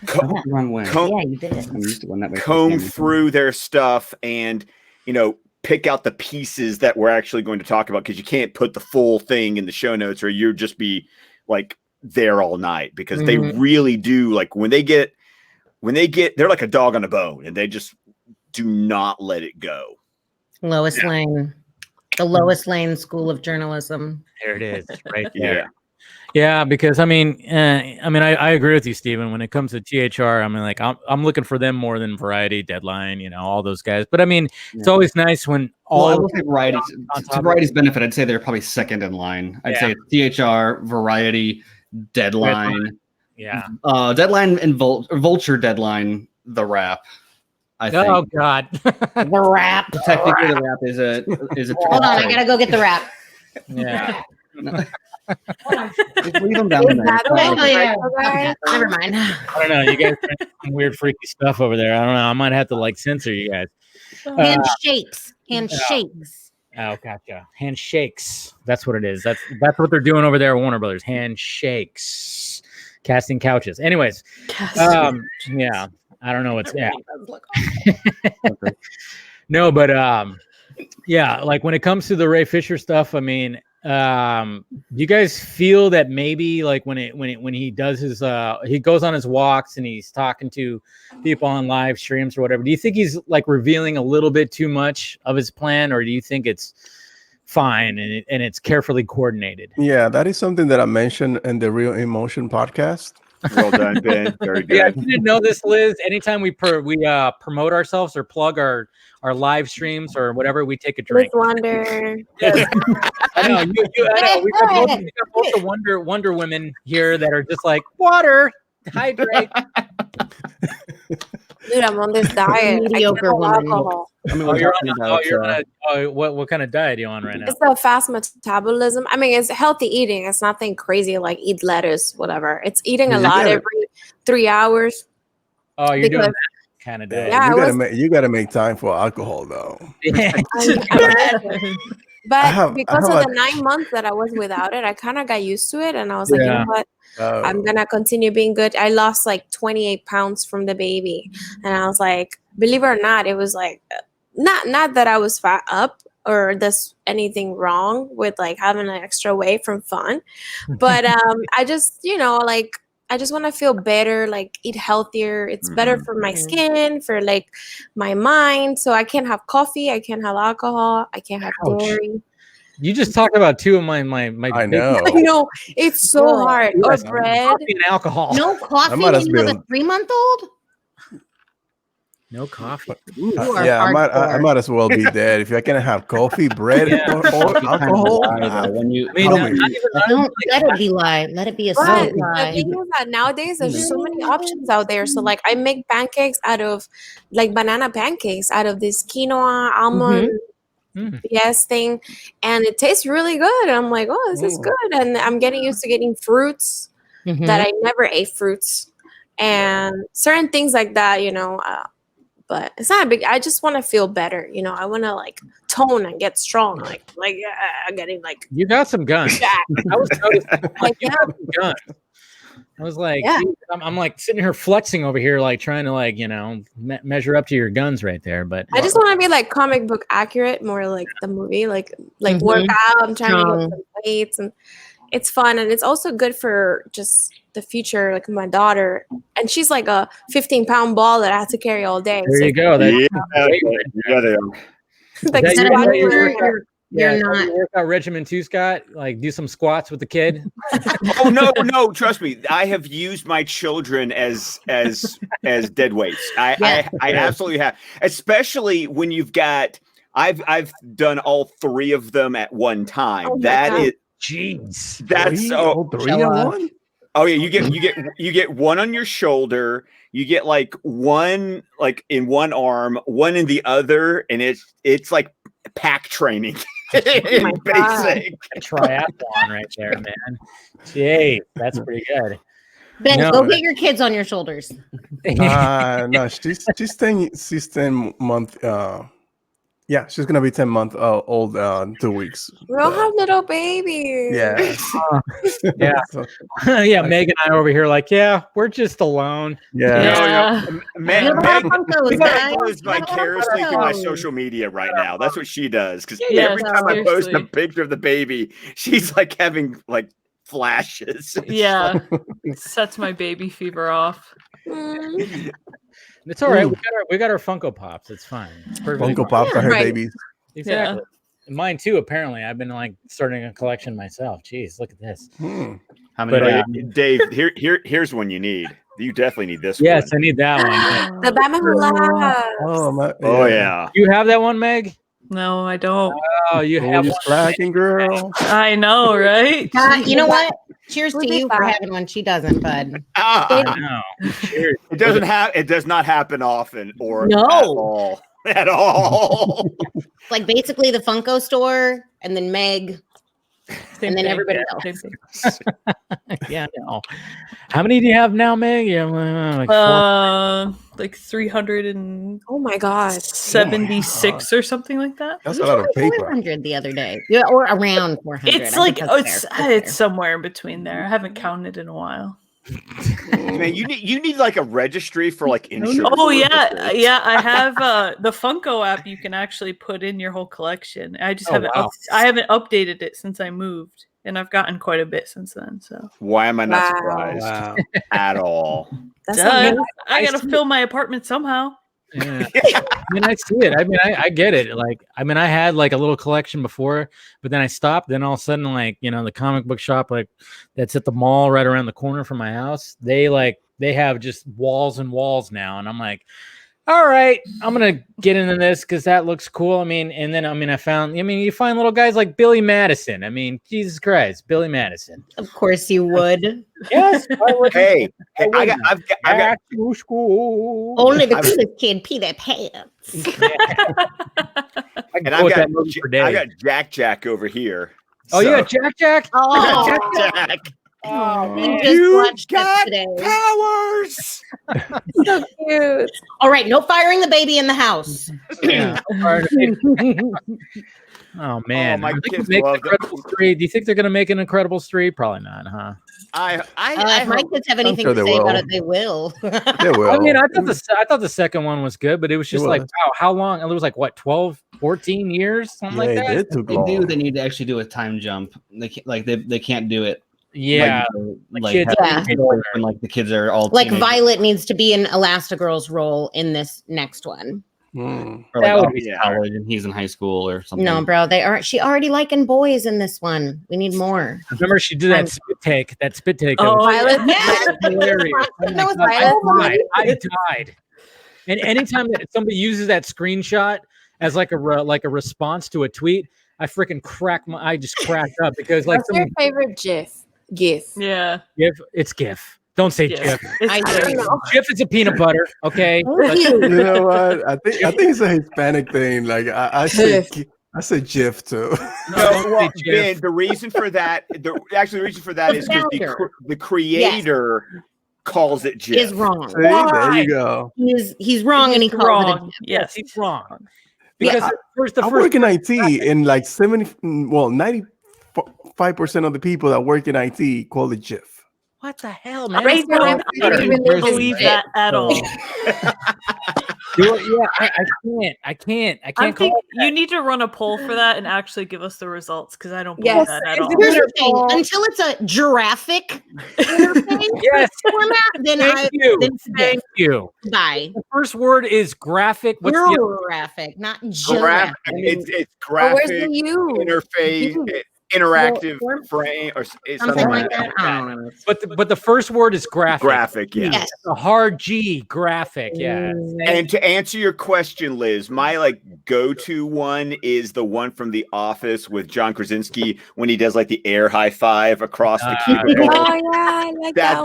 That's like my that's the one that like when I open up my phone, like it's in the frequently used. The only other one I like to use is just because I love to quote it so much on my show is the Inigo Montoya going, "You keep using that word. I don't think you need it." I think you used Let's that all recently. say our favorite Scott, GIF. you know which one is my favorite, right, Scott? Oh, Hey, yeah, you, like you like the Bad Boys 3 one, right? The Bad Boys right. 3 That's one. my Yeah, go-to. that's Yeah. Ben's go-to. I discovered that about Ben, and Ben and I just looked at each other going, Hey. hey, Yeah. I see what you did there. Yeah. I would say my most popular one lately has been the Sam Rockwell in Galaxy Quest, when he's just like, he winks at the camera, smiles, and does that little. I just give that.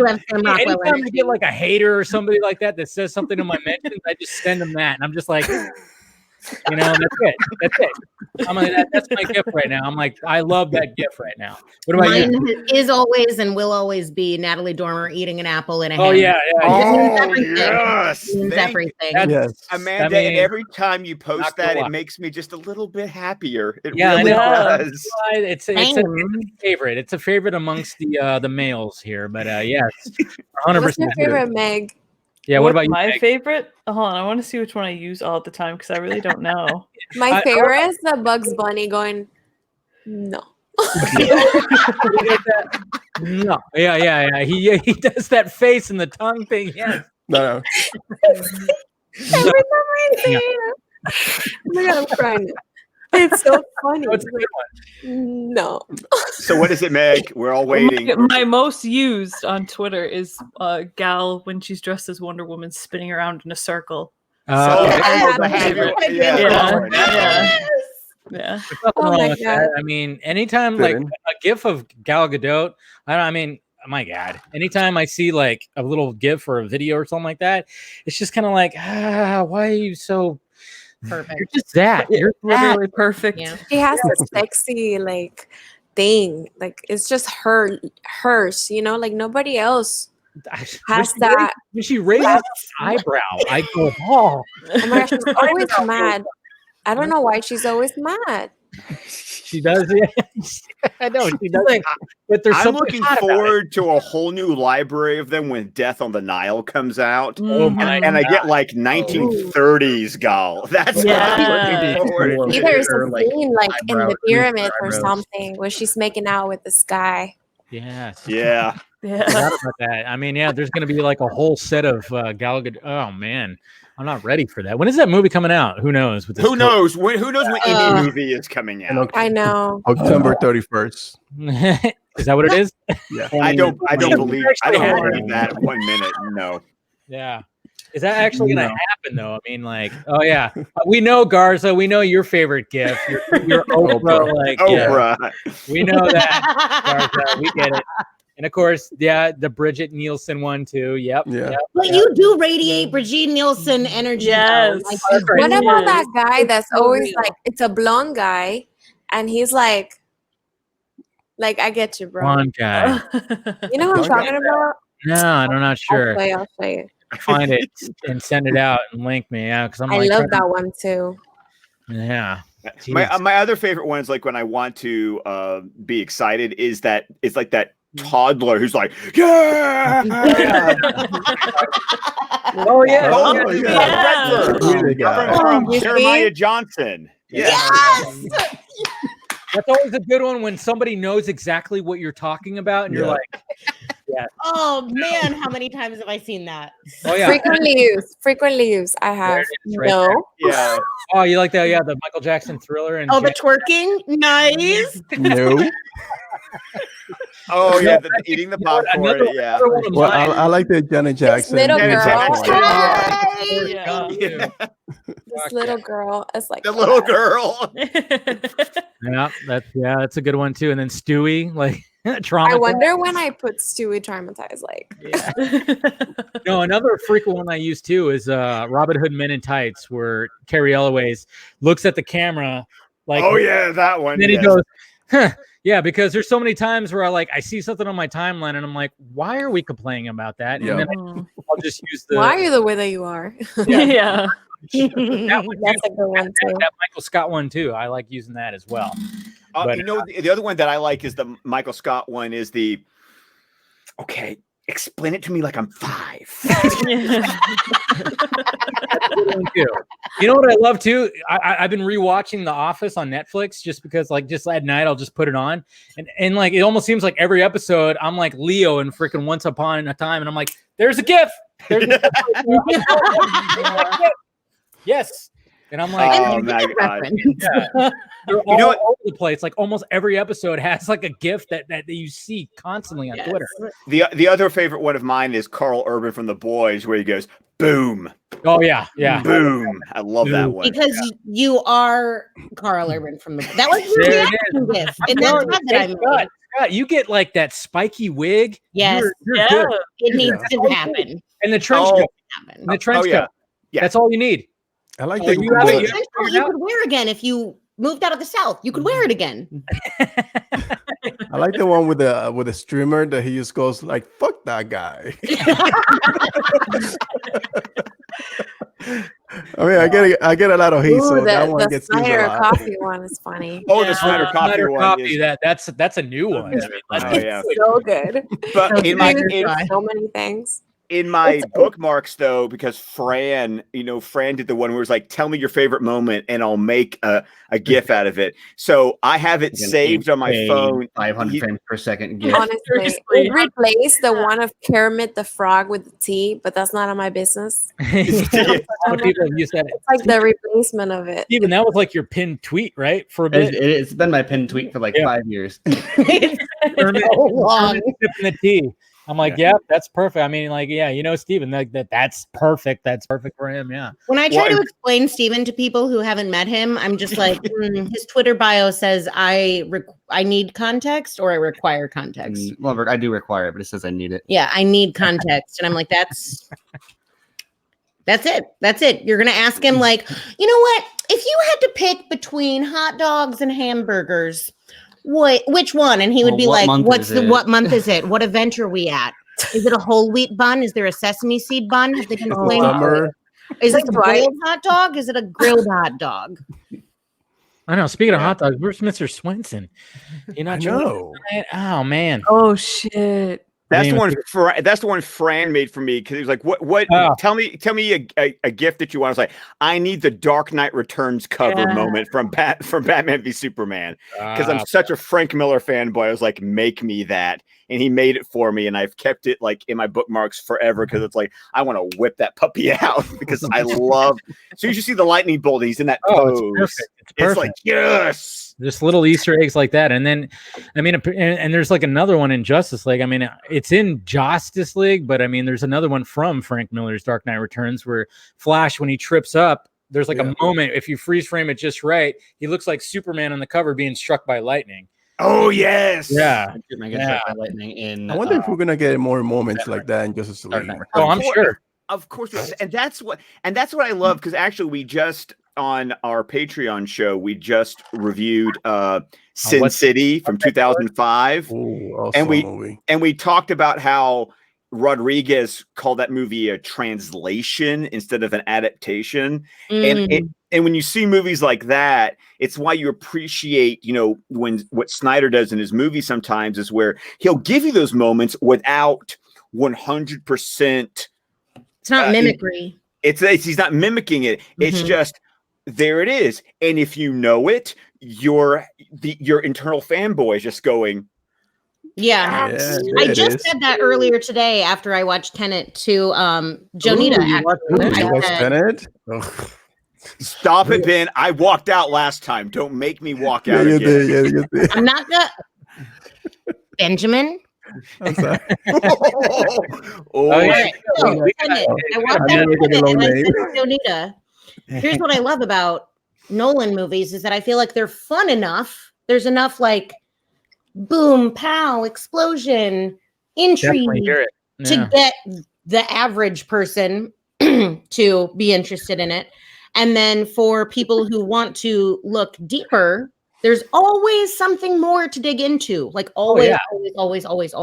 I feel like that's very true for Snyder's work as well. But like that concept that the fact that you can enjoy it on a surface level, but you can also spend 4 years unpacking it is also by the minute. Yeah. I'm gonna take a drink. Penny by the minute. Is good. Sucker Punch by the Whippet. Going deeper. Yes. Oh, look at that. That's an amazing movie. Interstellar. Look at that. Interstellar. There's a book right there. Wow. Mm.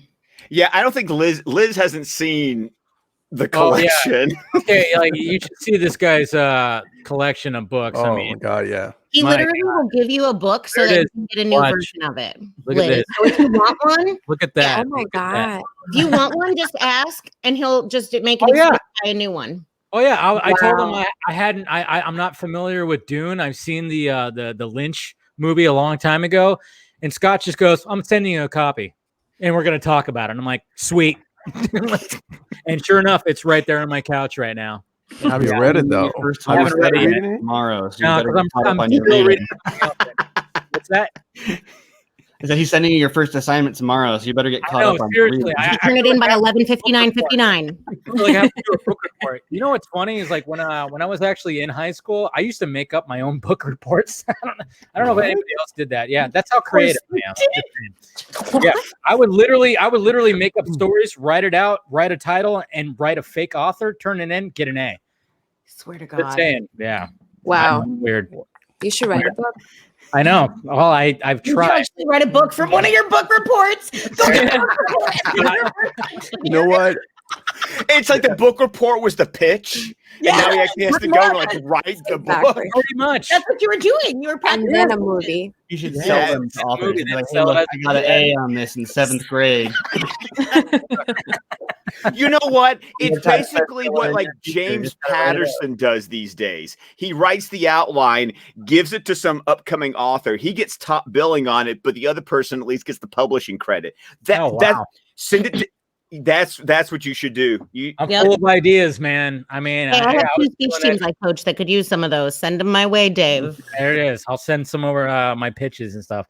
Speaking of Swinton, he said he's not home right now, so that's why he's not showing up. Aw. Guys, Yeah, I'm so sorry. I have to get off. I was about to say, yeah, Liz. I I was about to say, you got to get some sleep. This is super fun, but like I have to. I'm looking at the camera here. Like, Yes. yeah. No, totally. I appreciate you coming on. Oh, thank Welcome you. back anytime. This And was fun. yeah, please promote yourself. Go ahead, promote yourself. LisWonder. There it is. That's all you need. Ends right there. All right. Well, thank you, Liz, for Bye, guys. appreciate it. Have a good Bye, night. Liz. Have a good night. Take it easy.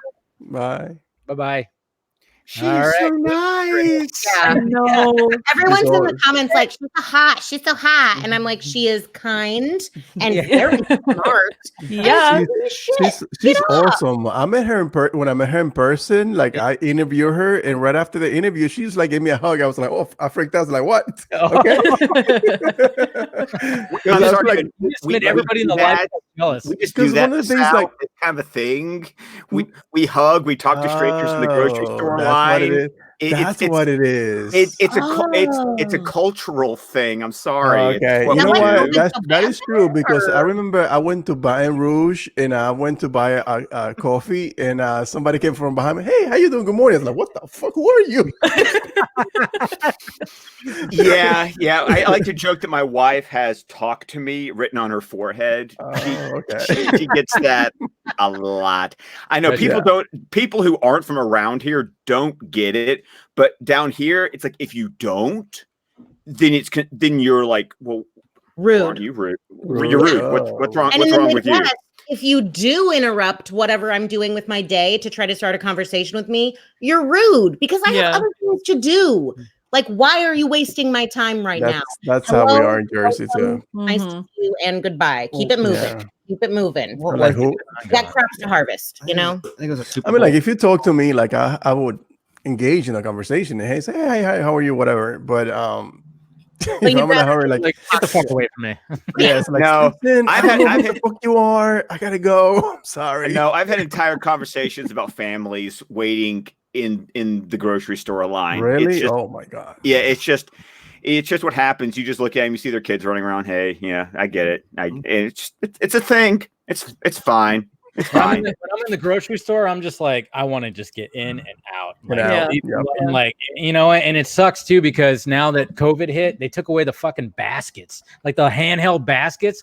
I'd always just grab a basket and just, you know, like I'm Little Red Riding Hood, just start skipping through the fucking grocery store, just grabbing shit, you know. But now I got to push the fucking cart. I need a video. Somebody make that happen. Seriously.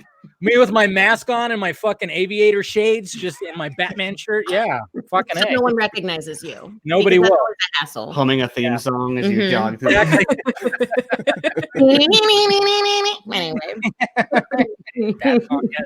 Yeah, no, but like it just sucks that I'm like I just want to get in and out and. Hey, Now by the way, now okay, I had a topic discussion that Oh, made me think of because you know Junkee XL had that profile in Forbes this week. Ooh. Yeah. And he talked about how, yes, he's using, of course, Zimmer's Superman theme. And he says he's doing the Wonder Woman theme, but he's doing a fresh thing with it. But he is using Zimmer's Superman and Wonder Woman themes. But he says everyone else's themes are completely new and original. And some people were like, does that mean that even he's going to like do a new Batman theme in Justice League, which I think would make sense because his Batman theme and Batman v Superman was very tied. Which worked very well for his character in that movie. Yeah. But that character has progressed. Yeah. So Right. I Now shouldn't. he has regret. I never really felt like that was a theme either. It was more of a Movie. it was Fuck. part of his character arc. But it really represented him. And besides, Batman has only ever had one theme anyway. So Oh yeah. Well, Sure.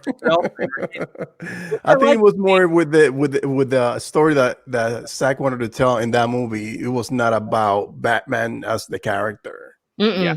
Well, and it's interesting because if you even look at the soundtrack album, they never even call it his theme. They just call it his suite. Yep.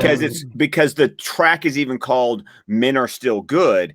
But if you listen to the track, it's like the whole journey. We should get Joseph on here to talk about music someday. Joseph and Najid. I have a friend who's has his master's, doctorate, I don't remember, as a composer. And he's always like, the very first thing that he does when a movie comes out is like, do I like the sound of it? No, then I'm not going to watch it. He like won't watch something if it's just crappy, generic, or whatever. Really? yeah, just not interested. So a lot of the times, like we'll see a new movie at the same time, and then he'll explain to me how they took this piece and this piece and this piece, and they tied them together and buried it under this, which symbolically reflects what's going on in the actual storyline. Like it's always way more complicated, but that's just because that's a lens I don't have, you know? Yeah. Some people, yeah. I mean, like it's almost like a curse and a blessing when I'm like when I'm watching a movie, I can pick apart like the bad edits, the fact that like, oh, they used like 3 takes right here because his hair looks a little bit different. And, like, and people will be like, I didn't fucking see that. I'm like, yeah, I see it. It fucking it stands out. It ruins everything for It kind of does. Yeah. Even when the segue from one scene to another. Yeah. It takes you out of it, I think. Yes. Oh yeah, my biggest gripe is the fact that when it's cold and there's no fucking breath, I'm like, stop. There's no breath. My problem is I'm that guy who it's like I've seen so many movies and I've read so many books. It's really hard to pull one over with me with like a plot progression because it's like, oh, I saw that there. I saw that, I saw that 20 minutes in. I saw that 40 minutes in. That probably means that by the end of the movie, this is what's going to happen. That was me 10 minutes into Annihilation. I was like, oh, I know what's happening here. And Stephen was like, what? And I was like, I got it. I already know. I got now it. I can tell why you two love so much Tenet. Now I understand. So for me, it's like when I get to because when I get to the end of the movie, if they can make me go, what the hell? I sit there and go, you got me. good. And I remember the first time that happened to me was watching Batman Begins back in 2005. And when Liam Neeson turns around and he was Ra's al Ghul, I went, screw you, you got me. I didn't see that coming. Good I knew on that you. from the get-go. And I think Scott and I have talked about this before, is when if they do it so well, like in Invisible Man. Yes. The beginning of that closing act. And for me, I was like, this, and this is going to happen. And then it played out exactly like I thought, but it was so satisfying. It wasn't like ruined or it wasn't like disappointing. It was like, yes, now do it, yes. Like, well, I think the point was, though, it depends on when do I figure it out. If I'm figuring it out like 5 minutes before it happens, I'm okay. My problem is when it's like, if it's like in the first 10, 15, 30 minutes and I'm like, this is how this 2-hour movie is going to end. Screw that. Dude, like, Johnny Depp's The Secret Window. I guessed the ending through the fucking trailer. I was like, I bet you he's imagining all that. He's imagining all that. And sure enough, it was like, that was the ending. It was like, oh, he's just fucking also the cheapest literary tool is a dream sequence for me personally. I just watched the Twilight. The cinematic Lake House. What? I love Twilight. His mom's an extra in Lake House. It's true. Yeah, I was an extra in it and I never saw it. But I finally watched it and it's a brilliant concept, but it's like so badly directed. Keanu. The Lake House. Oh, yeah. It's a perfect example of that because I remember for anyone who's seen it, when the car accident happens, I was like, oh, was that supposed to be that obvious? Because like they played it off like it's supposed to be like a secret plant, but like I knew it was coming the entire time because of that. And then they played it off like it was a twist, and I was like, but you like showed it already. Wait a minute. Frequency had the same thing in their movie where this time travel story was like, oh, this is stupid, but then he got very good at all the way to the end. No, Frequency is great. I thought it was stupid, but when I kept watching, I was like, oh no, this is good. The way they just like connect, because like it's really hard to do a time travel story. Oh yeah, you get every time travel story you can rip apart like to shreds. I mean, everybody says, we all love Back to the Future. It's I adore Back to the Future. But like you can rip that apart too as much as you, but it's like stop it. That's why like when everybody was ripping apart, Avengers Endgame, which is very easy to rip apart. I get it, but it's like you can rip apart any time travel movie, like because I mean just the physics of all theory. Yeah, no one has any proof of any of it in any direction, yes or no. Like, of course you can rip it apart. Exactly. I haven't watched Man of Tomorrow. I don't know if any of you guys I did. have. It was okay. That's what I hear. It's not that good. Okay. So I feel like the story was trying to tell. I'll be very light spoilery. But the story it was trying to tell, I thought was interesting. The guy, and excuse me, I never watched Sons of Anarchy, but the actor who plays Lobo nails it. Does he? Okay, good. He nails Lobo. Right. My problem is that the story, and it kind of is reflected in the animation, it's slow. Like unnecessarily, so I got bored kind of watching the movie, and then by the end, I didn't need kaiju parasite. So, that was okay. What do you think? Ben, you watched it? Yeah, I actually agree with Scott. It was kind of slow burn, and those additional characters, like, why are they here? So it didn't make any sense. But Lobo was the highlight of the movie for sure. Okay, good. I'm gonna watch it this weekend. And Brian Hurst, by the way. Yes, HURST, and he looks nice. I need to watch that, and I want to watch the Devil, whatever the fuck that Pattinson Holland movie. Yeah, dude, that movie's good. Yes, I want to see that. Yeah, I gotta watch that. Really good. You watched it, Ben, and Meg, you watched it too, right? Yeah. What do you think, Meg? Dave, you should also check out You should check out Deathstroke Knights and Dragons. Michael Chiklis as the voice of Deathstroke. No shit. Yes. Oh, I didn't know that. Oh man. And the animation style is very impressionistic and kinetic. it drags a little bit in the middle, but the performances, like Colin Salmon, the guy who was in Arrow. He was the guy who was he played Walter in Arrow, and he was Zod in Krypton.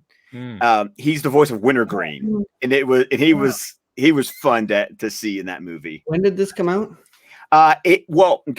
Blu-ray physical release, it came out in July. It was one of those CWC things where they gave you like a couple of episodes, but then you don't watch those because they're going to release an R-rated full version. It's like what they did with Constantine City of Demons. So you don't watch the CWC stuff. You just wait for the full movie to come out. And it's violent. Ooh. It is entertainingly violent. Violent? What'd you say, Amanda? Amanda's like, what? Yeah, she likes violence. No, but then when it comes to that, what's that movie called? Devil. What's it called, Meg? The Devil something. The Devil all the time. There it is. Meg, I have a question for you. Yes. When did Robert Pattinson sexually awaken you? When was that? Yeah, okay. Turn into that stream. I mean, ultimately, though, like, real question is like, when do you remember first watching Robert Pattinson perform? Perform what? Harry Potter. I was about to say, right? Harry Potter. Yeah, but he didn't awaken. Did he awaken things? I don't even. When did that one even come out? Goblet of Fire. Was that one? He wasn't in the full thing. He was just in one of them. He was just in one. Yeah, because Cedric Diggory is only in Goblet of Fire. Yeah, and 2005 was when Goblet of Fire the movie. Well, I out. was in 5th grade, so. Oh my god! No. Let's change my the hip subject. just like fucking hurt right now. I'm like, so no sexual awakening for me. Yeah. I was on my third job. Sparkly Boy, Robert. What? It was Sparkly Boy Robert. Oh yeah, I was thinking of Scott while I was watching this though. Because Twilight, I started rewatching them again. So God. What? I love it. I can't take it seriously because I remember reading the books and being like, those are actual typos. I know. I need to reread it because I read it in high school, so I guess I didn't notice the typos. I was in grad school when I read them, but it was also because Heather was such a fan, and I still remember she was working. I was in grad school, being a student, but doing my first semester of internship, and she was like, "You're taking me to go see this movie," and I'm like, "Yes, ma'am. I understand that as we are dating, and I think at that point we were probably already engaged." And I had to read the book because I'm that guy. I'm the guy who I have to read. What did you think of this literary masterpiece? It's a cheeseburger read, okay? Yeah. I didn't need it to be a literary masterpiece. I just need to go, was I entertained? And to many people's shock, yes. Good. I was. Thank you. Entertained by the books or the films? Or both? Both. The books more than the films. I agree. But yes, the book. I mean, here's the shocking fact for anyone but Meg. I was there, if not opening day, opening weekend for every one of the Twilight movies because I was taking. It was date night. Team? What team, Scott? Team Jacob? Team Edward? Yeah. Oh. Yes. Ooh, I'm gonna have to leave, you guys. Oh man, you just Meg. I have to also admit that there is a slight bias because my wife was Team Jacob, and she informed me of this before I even started reading the books. So I knew where my place was. Oh, okay. Now he just like that fucking 8-pack that Mr. Jacob had, rocking, flexing. No, but I only saw like the first 2 Twilight movies, and I made fun of them both terribly to whatever girlfriend I had, and I caused fights because of how badly it was. Like, I mean, like, but you know what I want to do? I literally want to be like, hey, I want to travel back in time, back to 2011, and be like, hey, you know that sparkly fucker you're making fun of? He's gonna be Batman. Exactly. Fucking A. I mean, it's just crazy to think that now in 2020, I'm going, Robert Pattinson, Batman. Look at that fucking guy. Yes. And the fact that now he's recovered from COVID and production is resumed. Yeah. Yay. Let's get some more freaking. I mean, Batman Day's tomorrow. Come on. It is. Is Matt Reeves gonna give us something? I hope so, because my Facebook will do like the little, hey, 4 years ago you posted these pictures, and I have to admit that it was cute seeing me in like my Darwin Cook Batman shirt and holding a 3-year-old. He's 7 now, but like 3-year-old Liam with his free comic book. And then I have pictures of him like in his little car seat in the back. And he's the guy like got the book open. Like he's intently reading it, which of course at 3 just means you're looking at the pictures. Yeah. Maybe Exactly. My kids are ripping pages out of books at that age. Yeah. So. Oh yeah, I was like, when I first like got into comic books, I didn't read any of the bubbles. I was just like, look at that, he's punching somebody. Whoa, look at that guy.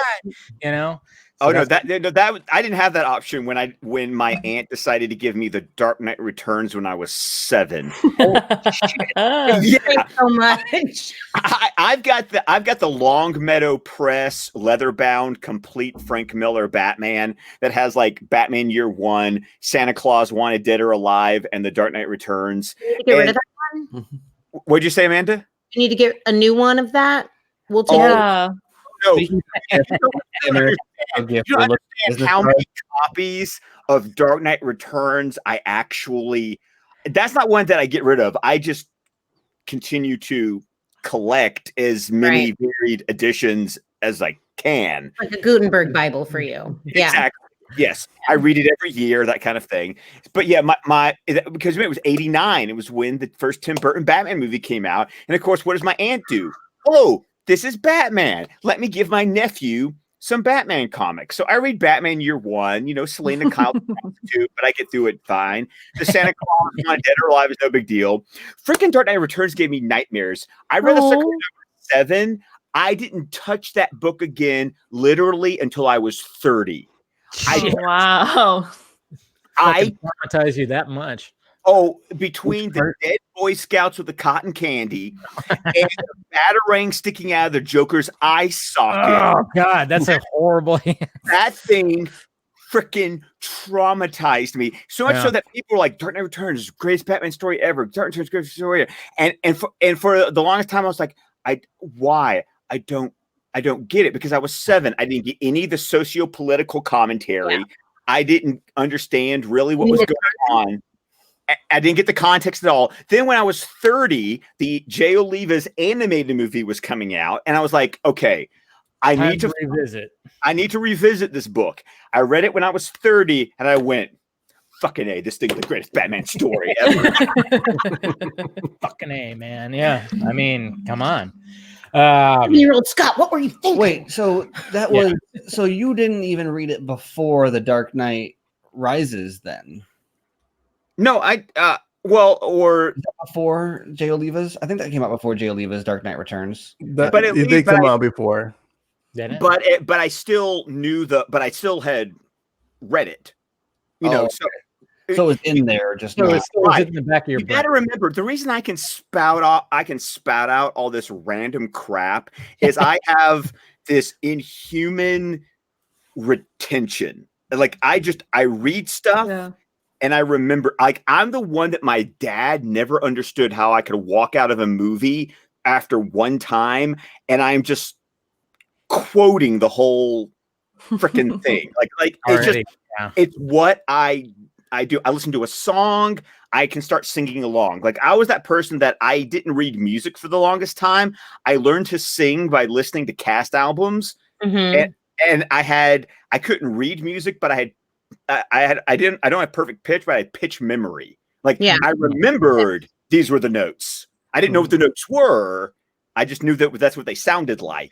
There are some people who literally can't forget anything. Yeah. They're rare. They're called wives.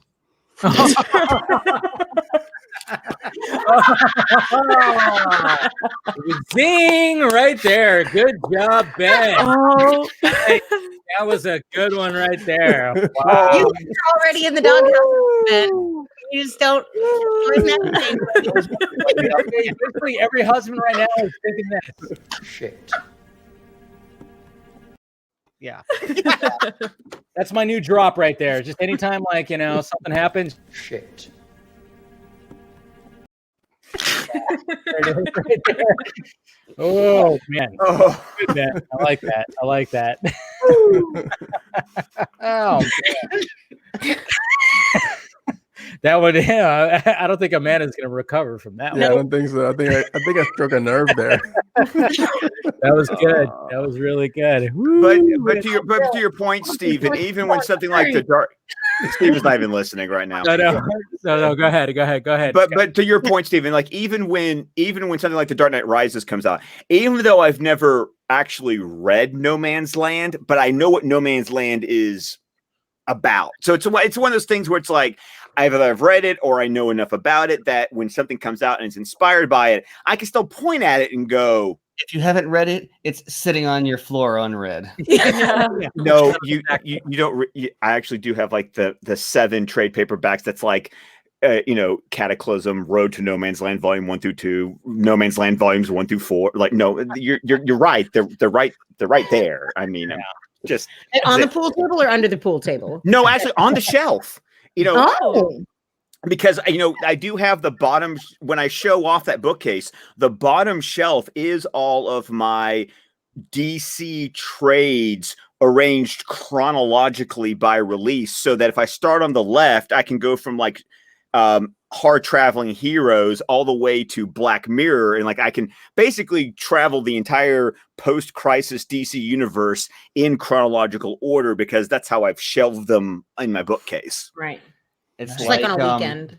It's like you're like Flash using the interstellar fourth dimension, like unfurled the timeline at your disposal, and Sounds you just right. grab whichever. Because I swear I probably have a very latent level of OCD, and I'm one of those people that that organizing is actually therapeutic to me. Like, give me a stack of books that I need to like either genreify or alphabetize or do something, and it makes me, it's like a warm blanket. And it's like, I have a whole house for you. My wife has a whole hates apartment. I bet she would love for you to come organize all of her Funkos. Yes, please. There it is. Got to make the rounds, make a tour, Scott. Yeah. Yeah. Dave, you got anything you need me to organize for you? I mean, No, you know what? I'm actually when it comes to me, like, no. I mean, I got everything pretty organized. I try to keep everything as minimal as possible, but yeah. Now that I'm like jumping on this fucking Funko shit, now I'm like, these guys are everywhere. Like, I see one and I'm like, of course I'm gonna get Billy Madison. Why wouldn't I get Billy Madison? Why wouldn't I get Tyler Durden? Come on. I mean, yeah. And I'm probably gonna go tomorrow to the comic shop and be like, what am I gonna get this time? Does he have a little tiny bar of soap? Yep. Are you serious? That's awesome. Look, he's holding it. Oh, it's so cute. Nice. Yes. That's great. That's made of human fat. I In case make you're wondering. so Yeah, the fat. Just like Justice League Ben Affleck's holding a little battering. I love that shit. It's awesome. I have that one. See? Yes. Do you have a Tyler Durden though? I do. Ah, Jesus Christ. See, you don't have do you have a Billy Madison? Not that one. I don't. The dick measure Funkos with Meg. I have the one where he's in the bathtub though. So No shit. Ah. yep. Shampoo is better. is better. Yeah. Come on.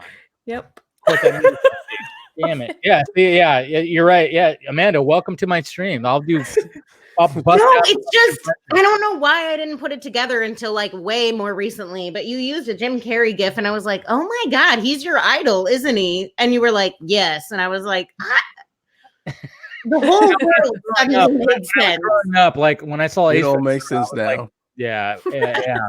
Ace Ventura was like my fucking in The Mask. The Mask was like, Oh, yeah. No. Yeah, I did at one point really idolized. Yeah, Jim Carrey. I was like, that guy. Look at that guy. Look at that guy go. what I understand the Adam Sandler appreciation as well, but like, is it a different appreciation, or is it like, yeah, this scratches the same itch? Like, does he scratch a different itch for you? Yeah, it's like different because, you know, I mean, like, yeah, Jim Carrey was just all over the place, and it was just like, wow, look at that guy. He's like a fucking, he's a cartoon rapper flesh. Yeah. He's like that guy, and like, yeah. So, but then when it came to Adam Sandler, it was different because, you know, he wasn't he was animated, but in a different way, I guess, you could say, with like his voices and shit like that he would do. So, and I don't know, like when I was growing up, I was always trying to like mimic or like do like voices or something like that of like certain people. I'm like, man, I want to be on Saturday Night Live and be, you know, do an impression of so and so. Of course, I never like Oprah Man though. Oh, you didn't like Opera Man? I never thought it was funny. When you just sing like a bunch of new stuff on the. Yeah, no, I know, but I love him. I mean, I've seen all his movies, but like Opera Man never did it for me. Like I'm not Jewish, and I love the Hanukkah song. Yeah, it's great, but no, yeah. When it came to Jim Carrey, I mean, and then of course people always go like, "Oh, you remind me of Ryan Reynolds," and I'm like, is it more Jim Carrey than Ryan Reynolds? I mean, like I'm flattered when that happened. But you know, when Dane Cook came out, everybody was like, "Dude, you're like Dane Cook." I'm like, I got so sick of that.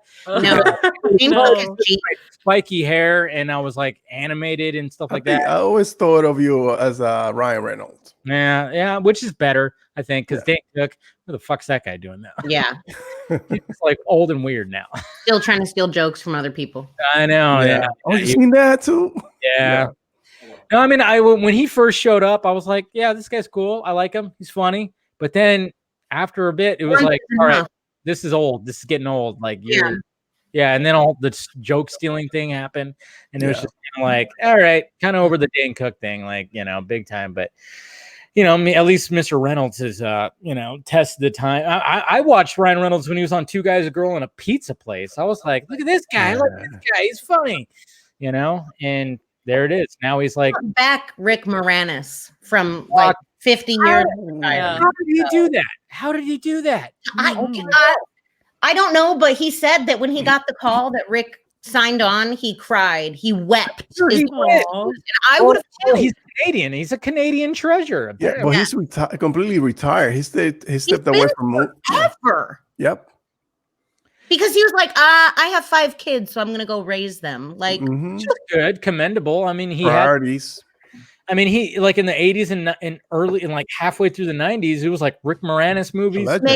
Rick Moranis is the guy who's in the new Ryan Reynolds commercial. Wasn't he in what movie was it? I know. We gotta. He's from the 80s. I know. I know you're young. Little Shop of Horrors, Ghostbusters, and Honey, I Shrunk the Kids. Yes, Honey, I Shrunk the Kids. I remember. There it is. Yes. 1, 2, 15. Yeah. Spaceballs. How can you not mention? Oh yeah, Spaceballs. Oh, that's true. Yes. Amen. The funniest line. The kids would be more her time frame, but Spaceballs is. Spaceballs. What the funniest line? I love it when Colonel Sanders is like reiterating pretty much the entire plot, and Rick Moranis turns at the camera and goes, "Everybody got that?" And then he just look. That is my favorite line of the whole movie because that was the entire fucking plot. Film. Yeah. Like, everybody got that? And then he just gives a dirty look as he's sipping his coffee, and I'm like, God, that's just perfect. And then Scott goes, No, because I love the, of course, the introduction of the. Yeah, breathe this thing. I can't breathe this thing. I can breathe it. Also, the comb the desert. That's my favorite part. Oh, you know what makes that scene even better is the fact we that ain't found shit. Yeah, well, the fact that he has the horn and he talks to Colonel Sanders right next to him with the bullhorn. Yeah. He told the comb the desert. We're combing the desert, and then he goes, "Found anything yet?" It's like it's so stupid. And then that's Mel Brooks gag right there. It's like I love Mel Brooks so much. And then of course, I know he has the black guys dragging along the Afro comb, and then shit. Like it's like I mean, today's standards, people might be a little offended by that. Yeah. Just a little. It was fucking funny. I mean, Mel grew up. He's just a legend. Like everything. Like I was watching Blazing Saddles. So I think it was. And I was like, let me whip this thing out. I was like, what? Oh yeah, you I would have worked that today, but oh yeah, Blazing Saddles, so many great. And then when he started doing Broadway, and he did the stage version of the producers with Nathan Lane and Matthew Broderick. I remember there's even at one point where like there's a black police officer that comes to arrest them, and he's talking with an accent, and he's like, What are you? Oh, I'm Black Irish. See, it's just little subtle things like that. That's what Mel Brooks was so brilliant at. Yep. Just so freaking brilliant. Like it just like it teetered on to like, wow, this is like really racist, but not really because it's funny, just the way he just pointed out like little things like that. I still love the end of History of the World Part 1 where he does Hitler on Ice. Oh man, my all-time favorite comedy. RDJ and Tropic Thunder. Oh, gee. Yes. Why he got away with this is because it's a critique. Yeah. Yes. Right. Yeah. Oh, It's not a phrase, No, it's making fun of that. Yeah, like exactly. So it's one of those things where if you get the joke is yes, this is offensive. This is ridiculous. Well, that's the joke. That's the joke is that we're pointing out the offensive-ness of something like this. And it was brilliant. It was absolutely brilliant. What he brought to that. I mean, like, he's like, what do you mean? What do you mean, you people? What do you mean, you people? And then the other black guy's like, what do you mean, you people? God, I still remember walking out of that movie telling my wife, "Oh, Tom Cruise was hilarious," and she was like, "Oh, fuck, Tom Cruise was the best." She was like, Tom Cruise. I was like, "It's my oh my God, you know that was dude." Did you hear about like the backstory about that? Like Ben Stiller was a beast there. And when they went over ideas, Tom Cruise kept going, well, what if I was bald? What if I had hairy arms? Tom Cruise was like adding on to it. And Ben Stiller was like, yes. Okay. Because it's Tom fucking Cruise. But like they were just going over ideas, and Tom Cruise was like the one that was coming up with like his look and everything. And it was like, yes. I mean, yeah, the way they fucking he does. It's the eyes, though. He's like, "Yeah, I'm gonna be bald. I'm gonna have hairy arms." I mean, like it was like hold my breath for 10 minutes. Yeah. I mean, it just shows you right there. I mean, like everybody kind of goes like, well, "What's up with Tom Cruise?" But it's like, yeah, the guy has a sense of humor too. I mean, come on. Wasn't that character supposed to get his own movie though? Was it? Probably. Of course he would. I would love a Les Grossman cinematic universe. What? Yeah. Me too. Why did that happen? What about all those movies? Maybe all those movie trailers, the fake movie trailers. Oh my in God. the movie. Perfect. Especially Robert Downey Jr. with Tobey Maguire. VMA Best Kisser Award winner, Tobey Maguire. Yeah. Oh my God. I mean, that was like great. I mean, with even with Jack Black with the spoof on the clumps and everything like that. I mean, yeah, that's what I hate about this cancel culture, because we cannot have those movies ever again, ever. No, I can't. It's right. It's right there on my shelf. I can watch it whenever I want. Those type of movies. And what's interesting too is like Owen Wilson was actually supposed to be Ben Stiller's agent, but that was when he went through that really tough time where so that was actually McConaughey's role was actually supposed to be Owen Wilson, but I actually like McConaughey though. But you could totally see that that was written for Owen Wilson. Yeah, well the thing is, like, seeing McConaughey playing that role is like it made it even funnier, because it's like I don't think he fits in that role, but it's McConaughey really playing that role. Are you gonna say, Steve? Owen Wilson would be funny because like McConaughey's it up, but if Owen Wilson played like if he was like a lazy surfer bro agent, I think that would be super hilarious if he was just like, like being on the phone with like Les Grossman or whatever would just be like the best like dichotomy. Looking at the fucking magazine with the what was it, the jet that he was promising him and shit like that. Yeah. Oh yeah. Yeah. McConaughey is one of those actors, though, that it's like he gets it's like crew. Like there's a lot of these actors who like they have a character that they play or they have a range that they play and they get crap for it. But damn it, do I not enjoy their movies when they do their thing? Way more versatile than people realize. Also, like people think that they're typecast, but they're not really nearly as much as you. My theory about McConaughey is like if you like literally look at his IMDb and you look at all his movies up to when he turned 40, it was almost like when he turned 40, he was like, all right, you know what? This shit right here, I'm gonna stop doing the fucking, flexing my abs kind of shit, right? I'm gonna do some serious shit, okay? I really think because when he turned 40, all of a sudden he started doing dramatic Lincoln Warrior. And then all of a sudden it was just like bam, bam, bam, and it like stopped being like the fucking cheesy rom-coms. The movie that got me though for him was when he did Contact with Jodie Fisher. Oh yeah, that was a good movie. That was a great movie. Not too many people love that movie. I love that movie. So good. My favorite. I love it. As a child, I was obsessed. I watched it like 5 times in a row. I mean, you're talking about a movie that's directed by Robert Zemeckis, based on a book by Carl Sagan. I mean, what is not to love about that movie? Yes. Jodie Foster. I mean, come on. Everything about that movie was perfect. It's a wonderful movie.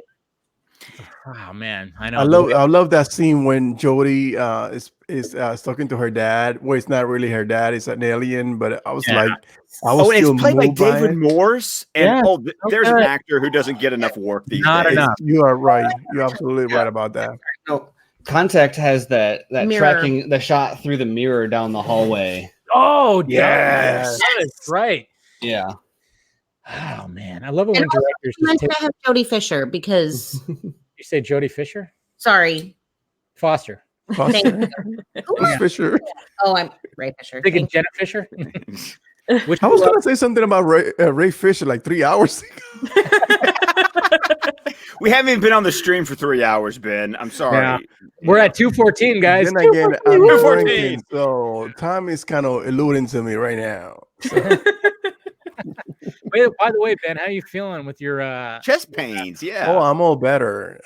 Thank you for asking. But I still like feel some discomfort like in the middle of the night when I'm sleeping. But like during the day when I'm up and about it, I'm good. Well, good. Yeah. Next time you and the missus try something new, stretch. Right. See, I'm 46 years old. I told her, listen, I need to stretch before we get in this. Yeah. Take like 15 minutes. Yeah. You gotta warm up. I know. Yeah. But hey, now I know. What happened? And poor Meg is here like, why am I on here with all these old people? No. Talking about movies that were like before I was born. Nah, she's enjoying this. We can talk about how awful Twilight is. I mean, No, you know what, Meg? Why don't you? What was like the movie that you remember being like, I love movies as a kid? Yes, good question. Oh, I have no idea. Uh-oh. I mean, you don't have to narrow it down to one, but are there ones that come to mind? Yeah, one that stuck out. Oh my God, you're putting me on the spot. I don't know. Let me think and come back to me. Okay, we all got one. So what's your go-to movie whenever you're like, okay, let me watch this? What's my go-to movie? Yeah. Like when I'm bored or something? Yeah, or just feeling it's like a comfort movie. Yeah. Yeah. Batman vs Superman. I was about to say, you're going to say BVS, right? Yeah. Is that the same one for everybody? Because for me, it's like Coming to America. Now, me, it's like Spaceballs, like what we talked about, or Hot Shots. For me, it's The Princess Bride. Planes and Automobiles. Yes, that one too. That one and Groundhog Day. Groundhog Day is a good one too. Those three of them. Groundhog Day is one of those movies like Back to the Future that like Back to the Future is close to a perfect movie. I think. Yes. Yeah. Back to the Future is one of those movies that's really fun because I remember getting there's that weird memory of, was it VHS from the library or was it TV edit? Like I remember watching it for the first time unedited going, oh my God, the language, like it's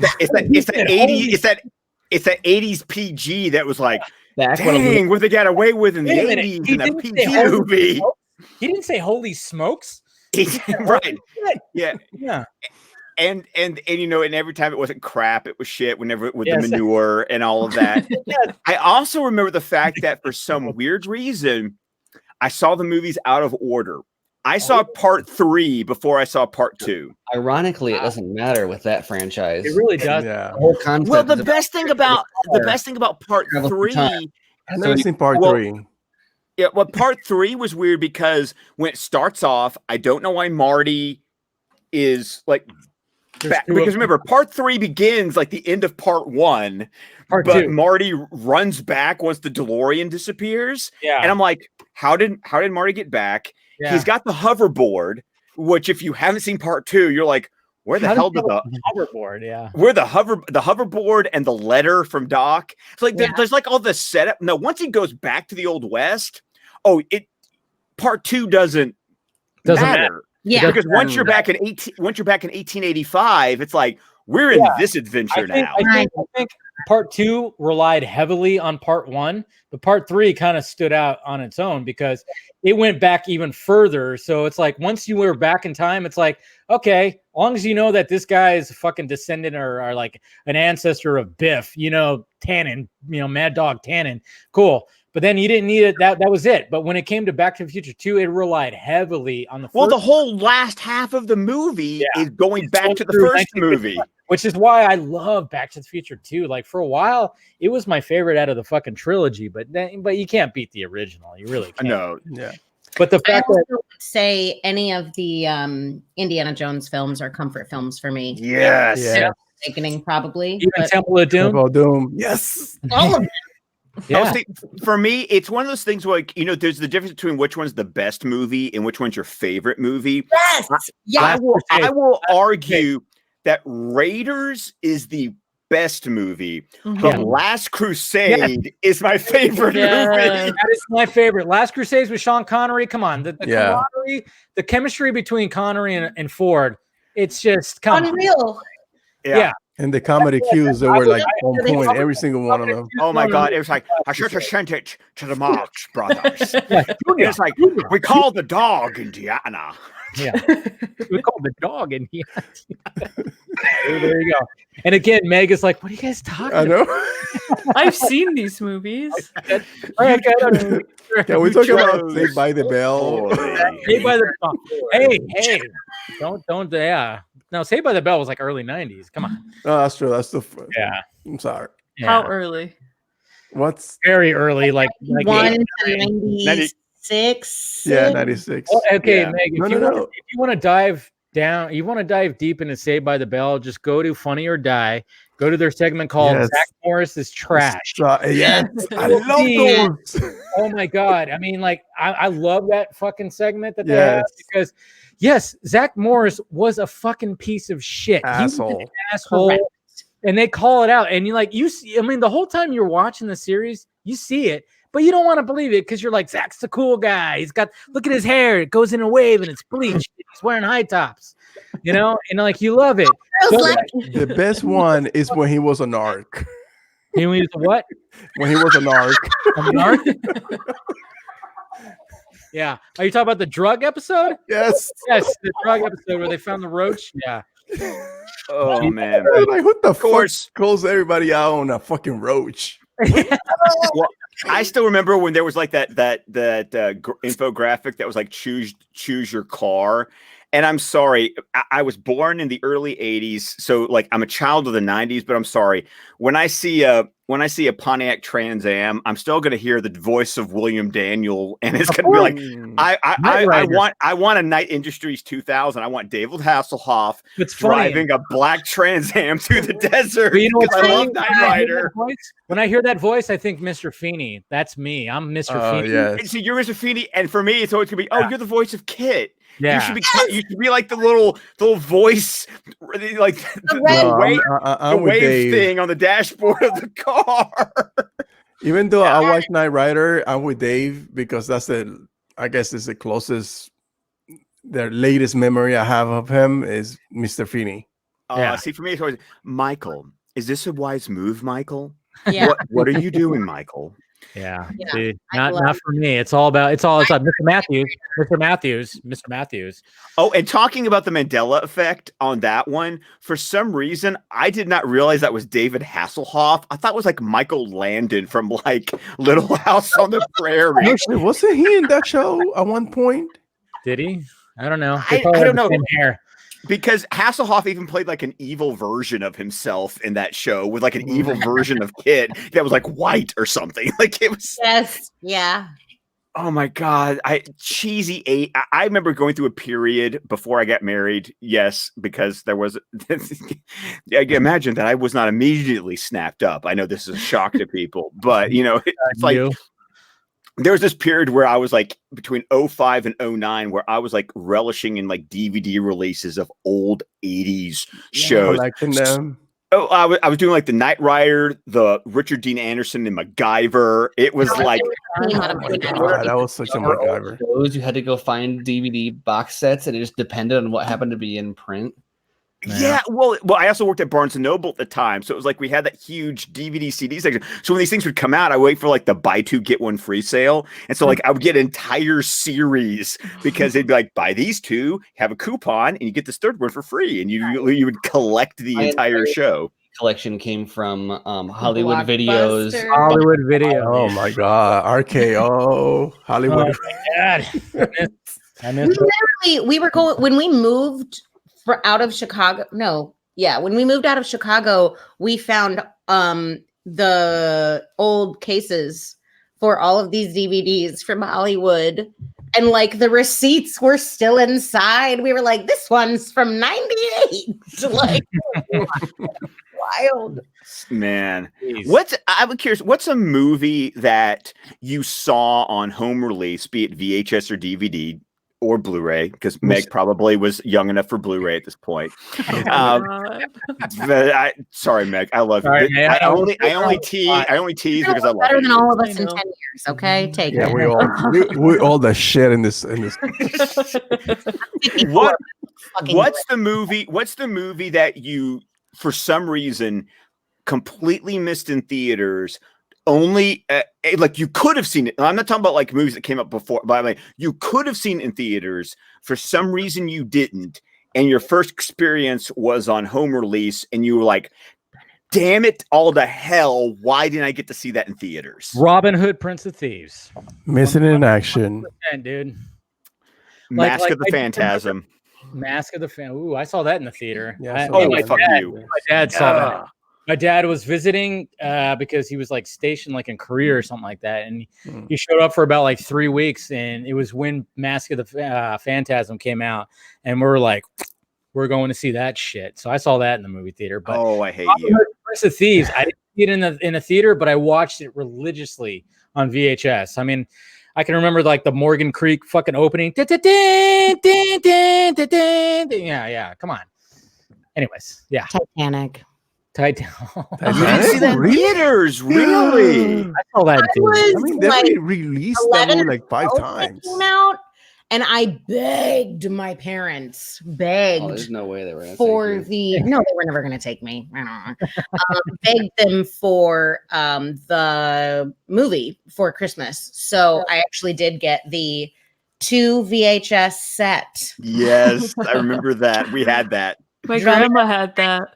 What did you say, Meg? My grandma has that. Grandma. Oh, my grandma has it still. Hell yes. She's awesome. That's funny. What about you, man? What was a movie that you didn't get to see in the movie theater, but you watched crazily on video? Oh. Well, on DVD or streaming for her. Shut the fuck up. I know what a VHS is. She studied them in history class. No. They had these things called rewinders. Remember those? Yeah. Be kind and rewind. I don't know. I guess I never got to see the Dark Knight movies in the theater. Oh, really? Really? Yeah. The Dark Knight is one of my best theatrical experiences ever. Yeah, I never got to see it. For walking out of a theater jazzed as fuck over what I just saw. I saw it 3 times in the movie theater. I remember seeing Dark Knight with my parents, and Heather. And I remember with the Batmobile chase where the Bat Pod, shoots out, and my wife leaned over to, we were engaged, we weren't married yet, we were engaged, and she just leaned over to me and she said, "You fucking look like a kid watching Saturday morning cartoons." I was like, I know. There's only been 2 movies where I made every stupid excuse to go and watch it again, and that was the Dark Knight and BVS. Yeah. There it is. Like, anything Batman, right? Yes, I'm a Batman. Absolutely. No, I saw Dark Knight 3 times, I believe. I think I saw it once, just with one other friend, and then with a group of friends, and then by myself, because just absolutely love that movie. You know what movie? No, I did see this in the theater, but I feel like it's one that a lot of people didn't. But it was on eternal rotation on DVD at home. A Knight's Tale. Oh, yes. I saw that on DVD. Did not see that in the theaters. That movie. That's a comfort movie. That's a good movie. That's a good comfort movie. I could see that. It's got a good soundtrack. I mean, for being like a medieval movie, it's got like AC/DC and all this fucking modern, all this rock and shit. It was like I forgot who directed that, but yeah, the fact that they put all that on there, it actually made it work a lot better. And Shannon Sosaman, come on, Shannon Sosaman. She was a crush of mine for a little bit there. I don't know if you guys seen not that movie. What was the movie that came after that? That was Brian Helgeland. No, it was The Rules of Attraction with James Vanderbeek, and Jessica Biel was in it too. You guys need to watch this movie. It's fucking good. R-rated. It's because isn't that also based on a novel by the same guy who wrote American Psycho? Yep. Rules of Attraction. Watch it. Oh, there's a great split screen shot in there that is absolutely masterful and beautiful. That there's like this split screen shot that shows her and James Vanderbeek going through the college, and then they eventually meet up, and it literally pans and then connects together into one shot. And I'm like, holy shit, that was one of the best fucking executed split screens I've ever seen in my life. It's a great movie. See it. It's fucked up too. It's very fucked up. But, I have a good follow-up question to this. Maybe would be easier to answer. What movie did you pay to see in theaters that you regret? Oh, Jesus Christ. Superman Returns. How much time you have? I know. Joss Whedon's Serenity. Oh my God, that was, I didn't even know he shot that movie. Justice League. Yeah, Justice League. Justice League. Because I paid to see it twice because I pre-ordered the tickets. It's okay, guys. We were all duped. It's all right. Yeah. Doesn't count. Okay, outside of Justice League though. Okay, outside Justice League. Okay, this is a movie that I need to go back and rewatch because it's one of those movies you're told is good, and my first experience was just awful. Mm-hmm. But my wife and I on our 3rd date saw Atonement. And I love that. It's dreadful. I need to, and the entire time, my wife and I were like, "Do you?" Heather and I were like, "Do you want to leave?" Well, you've been here for an hour and a half. It's got to be over soon, right? And it just kept on going. It was like, well, it's got the entire time. We were like, really, oh my God. 3rd date movie. What was that? Say that again. You were breaking up a little bit. There's a rape scene. Yeah, I like it a lot, but I think I can see it being a really awkward. It is. Yeah. No, this was also the date where my gay brother-in-law was very concerned that I was gay based on how much I knew about musical theater. Great story. My mother-in-law was terribly embarrassed by the story. But we went to the restaurant where my brother-in-law was a waiter, and he was auditioning for a role in Sweeney Todd. Well, I had done it in college, and so we got talking, and that got him very concerned with how much I seemed to know about musical theater. And he admitted that his gaydar was not that good, so he sent over his friend to basically I need you to check this guy out that my sister is on a date with. I'm not too sure about him. Apparently, all he had to do was shake my hand. He walked back to my brother-in-law and went, "No, dude, that guy's straight." right. Yeah. No, he's totally. I was about to he's say, totally I'm like, are they good now after 3 kids? Or they're like, all right, I think we're good. 3 kids. They've made 3 kids. Come on. Well, I have a confession to make. Nice. Oh shit. Okay. Speak up, man. I'm kidding. No, but, Mine would be, I have a really good one. This is a good one. Okay. I was probably like 6 or 7 months pregnant with Rory. And like, not that this should surprise anyone, but when I was pregnant, I would cry at like the thought that Mr. Rogers was dead. oh, shit. He's been dead for a long I time. cried when he died. I woke up to the news. Like my radio was like the NP. It would be like the NPR news station. That's what I woke up to that day. That's an Fred awful Rogers day. died Yeah. today, and I'm like, well, fuck it. This day That's is. an awful day in the neighborhood. I literally cried like Very tears. Like, pregnant, extremely. very emotionally sensitive. There you go. And Steven took me to see Mother. Mother. Oh my And god. I'm not even kidding you. This was me in theaters. That's a disturbing movie. That movie is, yeah. I walked out of that movie. It was funny too, because I remember when I saw that by myself, and I remember going to the bathroom, and like this one guy, like when we washed our hands, he was all, dude, what the he like looked at me and goes, what the fuck was that? I'm all, and I just looked at him like, that was some fucking art. That was some kind of art, you know? And then like I appreciated the shit out of that movie, but man, whoo, did I walk out? And I remember That's telling the last Darren Aronofsky movie I will ever watch. yeah, I remember telling all the moms that I knew, I'm all, do not see that movie. Yeah. Don't see it. I'm like, all the moms that I knew, I was like, don't see it. Just See, don't. that was one of those movies that I rented it from like the Red Box. It was like a New Year's Eve. I was watching it. It disturbed the crap out of me. And it was one of those movies that was like, I appreciate the technical, like I could appreciate the technical pieces. I could see that. It's Yeah. symbolic. But I'm not enjoying myself. Oh, you're uncomfortable the whole time. Yeah, it is. And good art can make people uncomfortable, but it makes Mhm. people uncomfortable to reveal something about themselves that they need to know. I didn't need to know that. I already did. And like what, I don't know, it just really upset me because it made me rethink every Aronofsky movie I've ever seen. And the fact that he was dating Jennifer Lawrence at the time. And then Oh, when he they broke up, was? she was Yeah, like, yeah, they were together. "Something awful." Was that his Egomaniac. last movie? And I was like, you mean he was Javier Bardem? Because he kind of wrote himself into the movie. Well, yeah, there's so Mm. many layers. Like I remember like when I saw people's reactions to it, like I was like, I had one look at it, then I saw other people have like a different kind of perspective on it.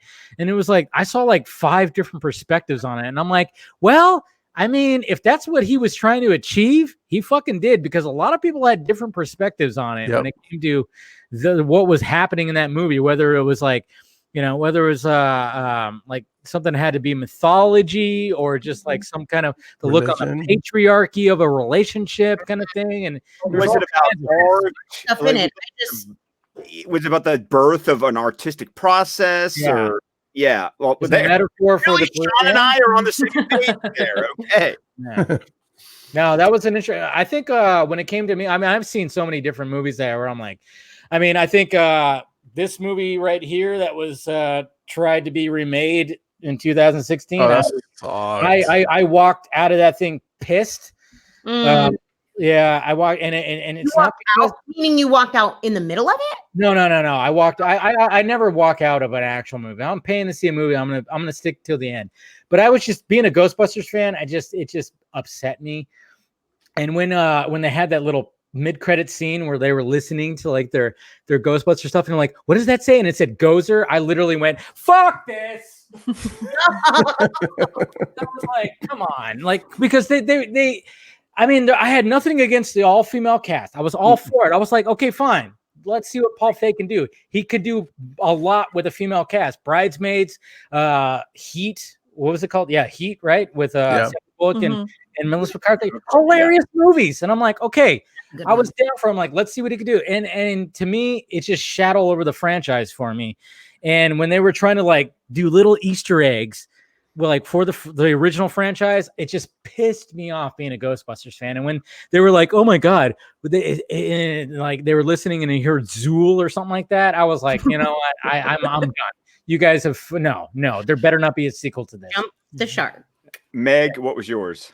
Well, probably my sister is a really big fan of the 50 Shades movies. Oh And god, she always dragged me to them, and I always had to pay for them myself. So that's mean. Or literally any Melissa McCarthy movie. My mom loves her. So, you don't like her? I cannot stand her. Oh, really? But do you hate Sookie, or do you hate like modern Melissa McCarthy? I didn't hear what you said. What did you say? Do you hate Sookie from Gilmore Girls? I'd never watched Gilmore Girls.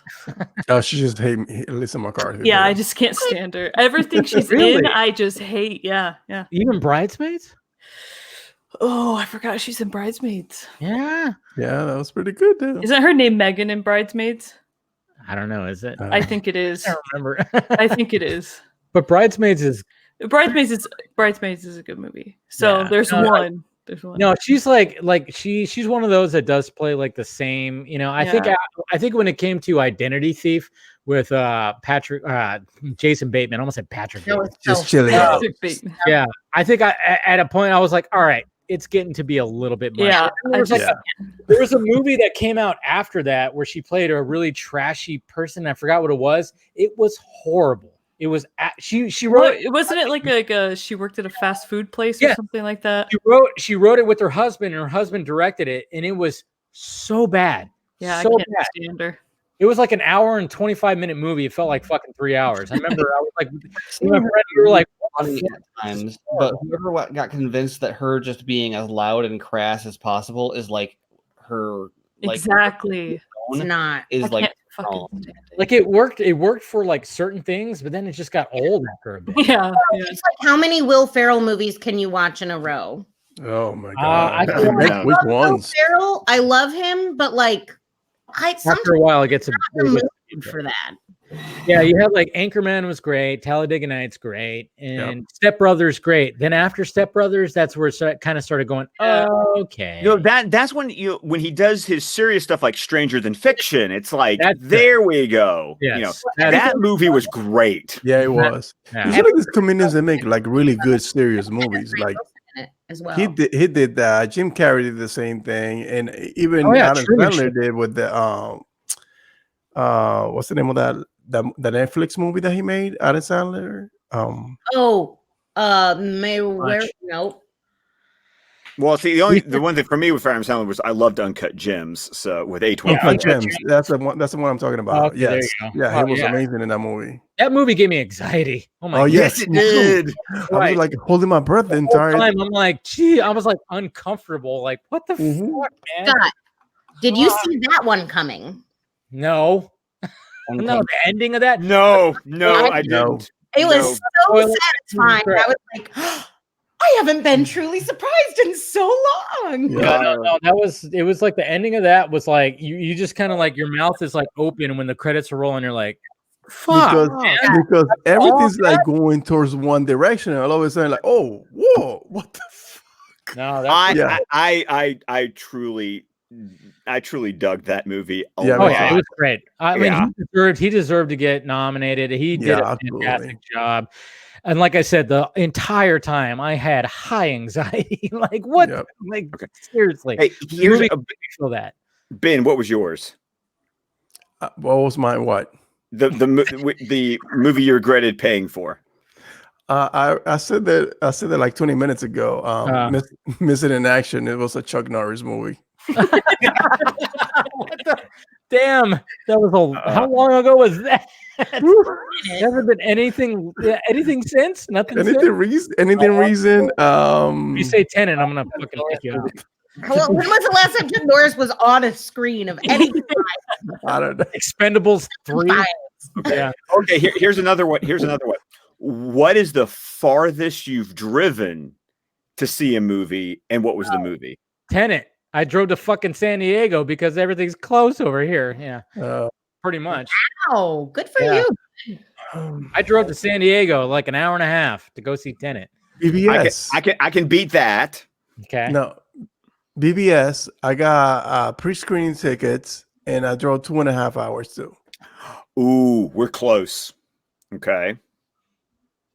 I won the well, I didn't win. I got the free Birds of Prey tickets from DC Universe, and the only theater in Michigan that was showing it was an hour and 45 minutes away. Wow. Okay. And I went. Does it? What? Are we saying you go to the location exclusively to see the movie? No, we're Yes. talking about. Well, we're talking about. I thought we were talking about driving far. Yeah, But you went there. But you went there to see the movie. Exclusively to see the movie. Your ex-boyfriend that, and then also saw. Okay, cool. No. Fine. It's when I saw James Cameron, not so much Avatar. There we go. Okay. You weren't impressed by Avatar? How dare you? I was hungover, and I just that makes sense. You weren't impressed by Avatar? You Avatar? can't watch that 3D and hungover. It's not. Imagine. It's not that I didn't appreciate what it did for cinema. Okay, I just think that how do I explain this? Sometimes the things that push and innovate are not always the best. Just because you're the first, don't mean you're the best. So I just kind of was like, this will be cool, but I don't like this horse fucking thing that we do. But the thing of tail, the hair fucking. Yeah, thing. I wouldn't have a problem with that.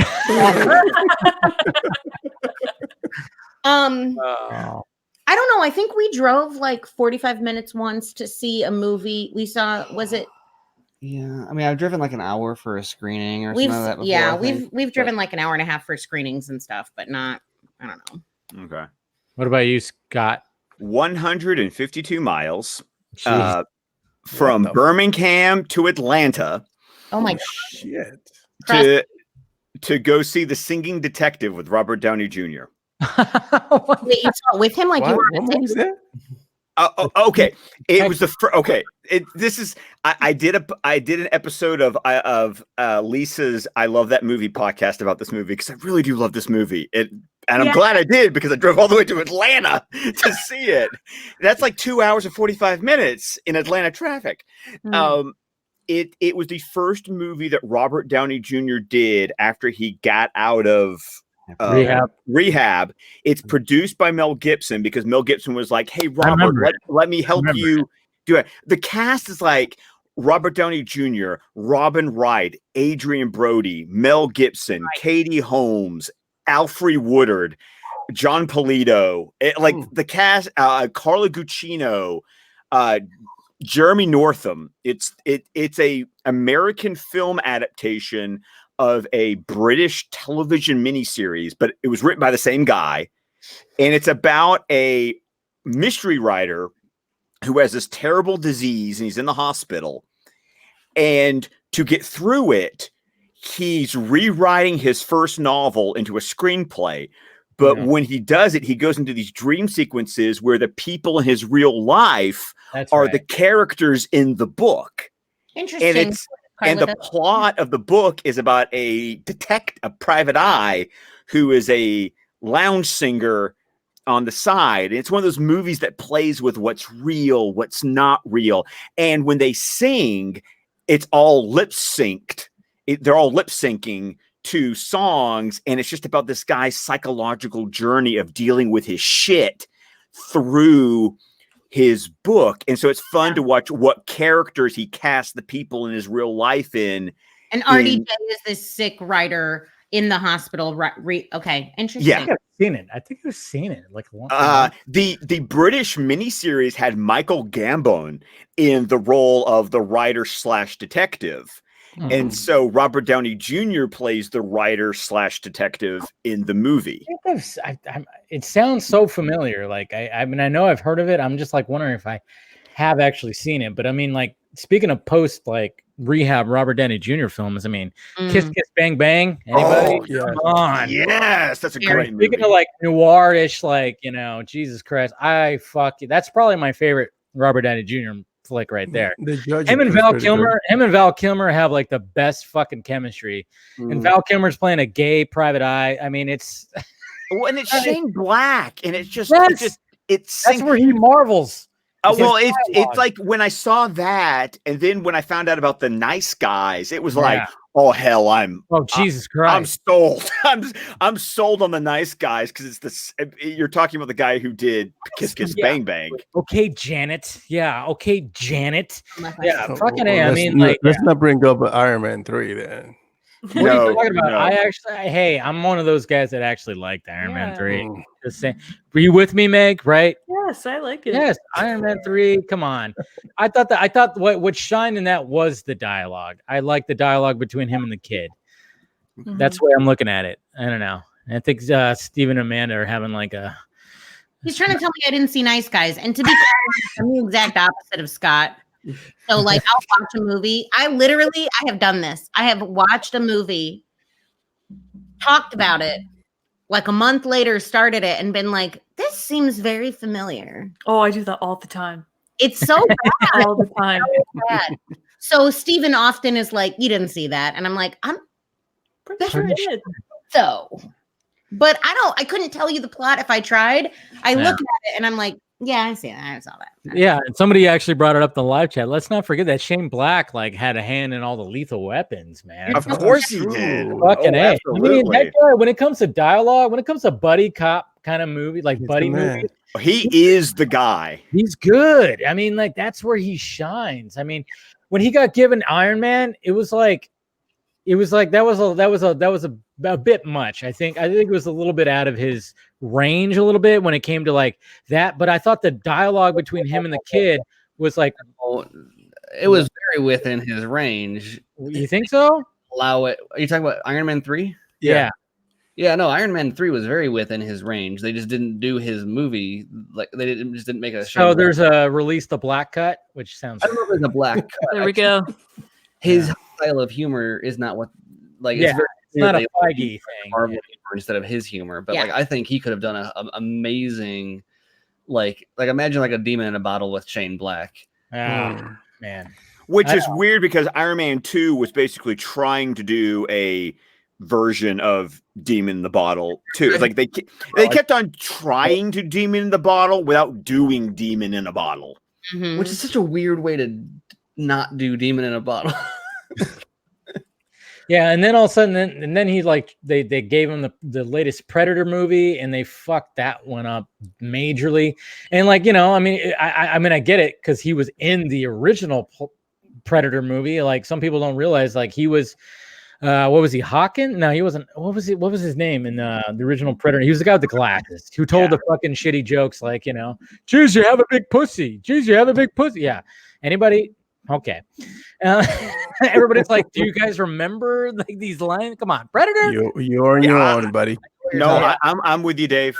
Okay. I love the first Predator. I love the first Predator movie, and I love Robert Rodriguez Predators. Yes, Predators was great. Predators. Those are some great Didn't Predator Robert movies. Rodriguez shot the whole thing in his backyard or something. Where did I hear that from? Say that again, Steven. I was No, just saying, Ben. caught up on Adrian Brody's voice every time. I'm like Predators is great. Like, oh, I don't like Adrian Brody's not an action hero, and I'm like, that's the point. I love Yes. It was But phenomenal. he was pretty ripped in that. He had his Yeah, he is. at the end where he was just like, "Let me show how ripped I am by getting oily and dirty and shirtless." But that's a legit Predator movie. That was a good Yeah, movie. it was. You know what? But I'm a fan of Predator 2 with Danny Glover. I don't care what anybody says. Well, that was the first one that felt contained like the first one. It was like Predator in 2. one Predator place. 2 I thought was really great because it was like, okay, we had the jungle setting. Where do we take it now? Well, let's take it let's move it to LA, and show how fucked up and hot LA can be. And it was like you felt the heat out of that movie. I mean, it was almost. I think Predator 2 had probably almost as many fans in the frame as Top Gun did. When the filmmakers trying to represent how hot it is, and there's so many fucking fans going on in the background. I mean, Top Gun is like the fucking winner. I mean, there's so many goddamn fans in that movie. Well, between that and Blade Runner. Yeah, Blade Runner, same thing. It's like when these filmmakers want to represent how hot it is in this environment. They like have fans everywhere. Yet the fucking main like characters are wearing goddamn leather jackets and trench coats and shit. I never understand that. The scene in the meat locker is the one that I always remember about Predator 2, especially like when the guy gets like cut in half and like the top half is Very like still like yeah, hanging up, and it just the stuff just pours out. Yeah. No, but I mean, like, that's what was great about it. It was like, okay, we have a different kind of atmosphere, and you have like this different predator, like that's gonna show up to like LA during like this crazy like gang war that's happening, that the cops are involved, and then it has Bill Paxton in it because it's like, why not get Bill Paxton in there to fucking be a side character that's gonna be all Bill Paxton-y that we love and absolutely admire, and the fact that he was killed by a Terminator, a Predator, and an alien. Fucking goat. That was insane. Fucking missed that guy. God damn it. But you know what? He beat the tornado. He did beat the tornado. Oh. He's him and Helen Hunt just strapped in to those pipes and said, "Hang on." Was that direct to TV? It wasn't. No, that was the Twister. That was like a big. That was a That was a big event movie. That was one of the big blockbusters of 1996 with Independence Day. Oh yeah, I was 8. Batman Returns. It was 3. It was Batman Returns, Independence Day, and Twister. Yeah. Batman Returns was 1992. No, Batman Forever. Batman Forever. Batman Forever. I'm sorry. Yes. Batman Forever. Yeah. Now Returns Forever. Yeah. Batman. Oh, never mind. I'm not even going to ask this question. I'll ask Steven off. No, go ahead, Amanda. You put it out there now. I want to know which one the latex lips Forever. is in. Forever? No. That was Return. No. That's in Batman and Robin because it's Poison Ivy. Yeah. It is Poison So Ivy. yeah. Who later came out as gay. Who did? What? Chris O'Donnell? Yeah. No. He played. You know what's funny? No, he didn't come out. I don't think he came out as gay, but he came out. But like, he was in an episode of 2.5 Men where he supposedly played a transgender guy. Yeah. that hooked up with Charlie at one point. I don't know if you're thinking about that. No. It's the fact that I just could pull that out of my head. Like, I cannot believe you remember that episode. I love 2.5 Men. I love that show. Not the Ashton Kutcher years. Fuck the Ashton Kutcher years. Fuck Charlie Sheen. 2.5 Men was the best. This is how my brain works. He apparently at once he said that Robin was a gay character. Oh.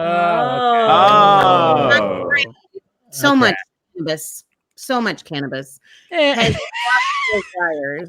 I have all happens. Sometimes I just don't put them together the right way. It's fine. No, I get it. I mean, I think a lot of people always kind of assume that maybe Robin was a little, Yeah. Don't go all Wortham on me, Dave. Don't go all Wortham on me. I'll try not to. But I think people always kind of wondered, but where are we going with this conversation? We're almost 3 hours. I have no idea. We haven't broached not a single subject of substance. I know we haven't had like a single subject in a stream like this in a while, and I think people are loving it. I think this is actually pretty good. I love the fact that we're talking about. I just want to point out that several people in the chat have mentioned that they were underwhelmed by Avatar, and I appreciate you all. Hey, no, I got a hotter take for you, Amanda. Okay. I've never seen Avatar. Oh my God! What? Please kick him out of the show. Whoa! I have never had. How dare you? I have never had the desire That's to what see the movie. Well, hey, Scott. Let me ask you this. Have you seen Dances with Wolves? Yes, I have. Have you seen Fern Gully? Not true. With Smurfs. I know the joke. I know the joke. Oh, yeah, Yes, okay. So I have you basically seen Avatar. Yes, I've been told it was it is Fern Gully, and it is. Yeah, I've heard all the Especially Fern Smurfs. Gully. The Smurfs meet Fern Gully. Smurfs meet Dances with Wolves. Yes, I've heard all those jokes. But yes, I've seen Dances with Wolves, and I've seen Fern Gully. Yes, I love Tim Curry as a smog monster and Robin Williams as a bat. It's okay.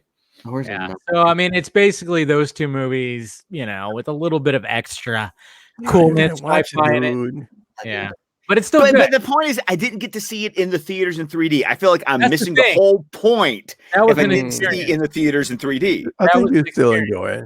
Yeah, that was an experience. Like I always hated. I never liked 3D Like I was like, Yeah, me fuck neither. 3D. But then it was like, all right, let's go see Avatar. We're gonna see it in IMAX 3D, and it actually blew my mind. It didn't hurt my eyes, and you know, and I'm kind of curious of like, what is Cameron gonna do with the sequels? I'm like, are we gonna get that glasses free 3D? Is that what he's gonna be shooting for? I mean, because to me, it's like if he's gonna have any kind of impact with these sequels. I mean, the first one, the reason why it made so much money is because he took the 3D to a whole different level. He really did. I mean, well, he actually was the first one to shoot the movie in 3D because every movie, like most, not every, It's yeah, converted. it's converted. Yeah, but he shot it specifically. That's why when you watch it, it's so crisp. exactly. It's so like, yeah. His wife makes better movies. Ex-wife makes better movies. Catherine Bigelow. She made a good one movie, and that's it. Come on. Still better than any of the ones I mean, Titanic. Wait. Whoa. The Hurt Locker. She made the Hurt Locker, and that's it. We got Aliens. We got Terminator 2. We got True Lies. We got True Lies. Hold on. I need to. I mean, I've seen Hurt Locker. I need to look up her filmography just to see. I know. The Hurt Locker. Right now, like 5 separate times. You what? Like liking the Yankees though. Like I don't. Why? Why? So you're like, ooh, they're the winningest. Be a Patriots fan. Okay, wait a minute. Okay, so she did Hurt Locker. She did Zero Dark 30. Zero Dark 30 was good. Thank you. Not as good as True Lies. Yeah.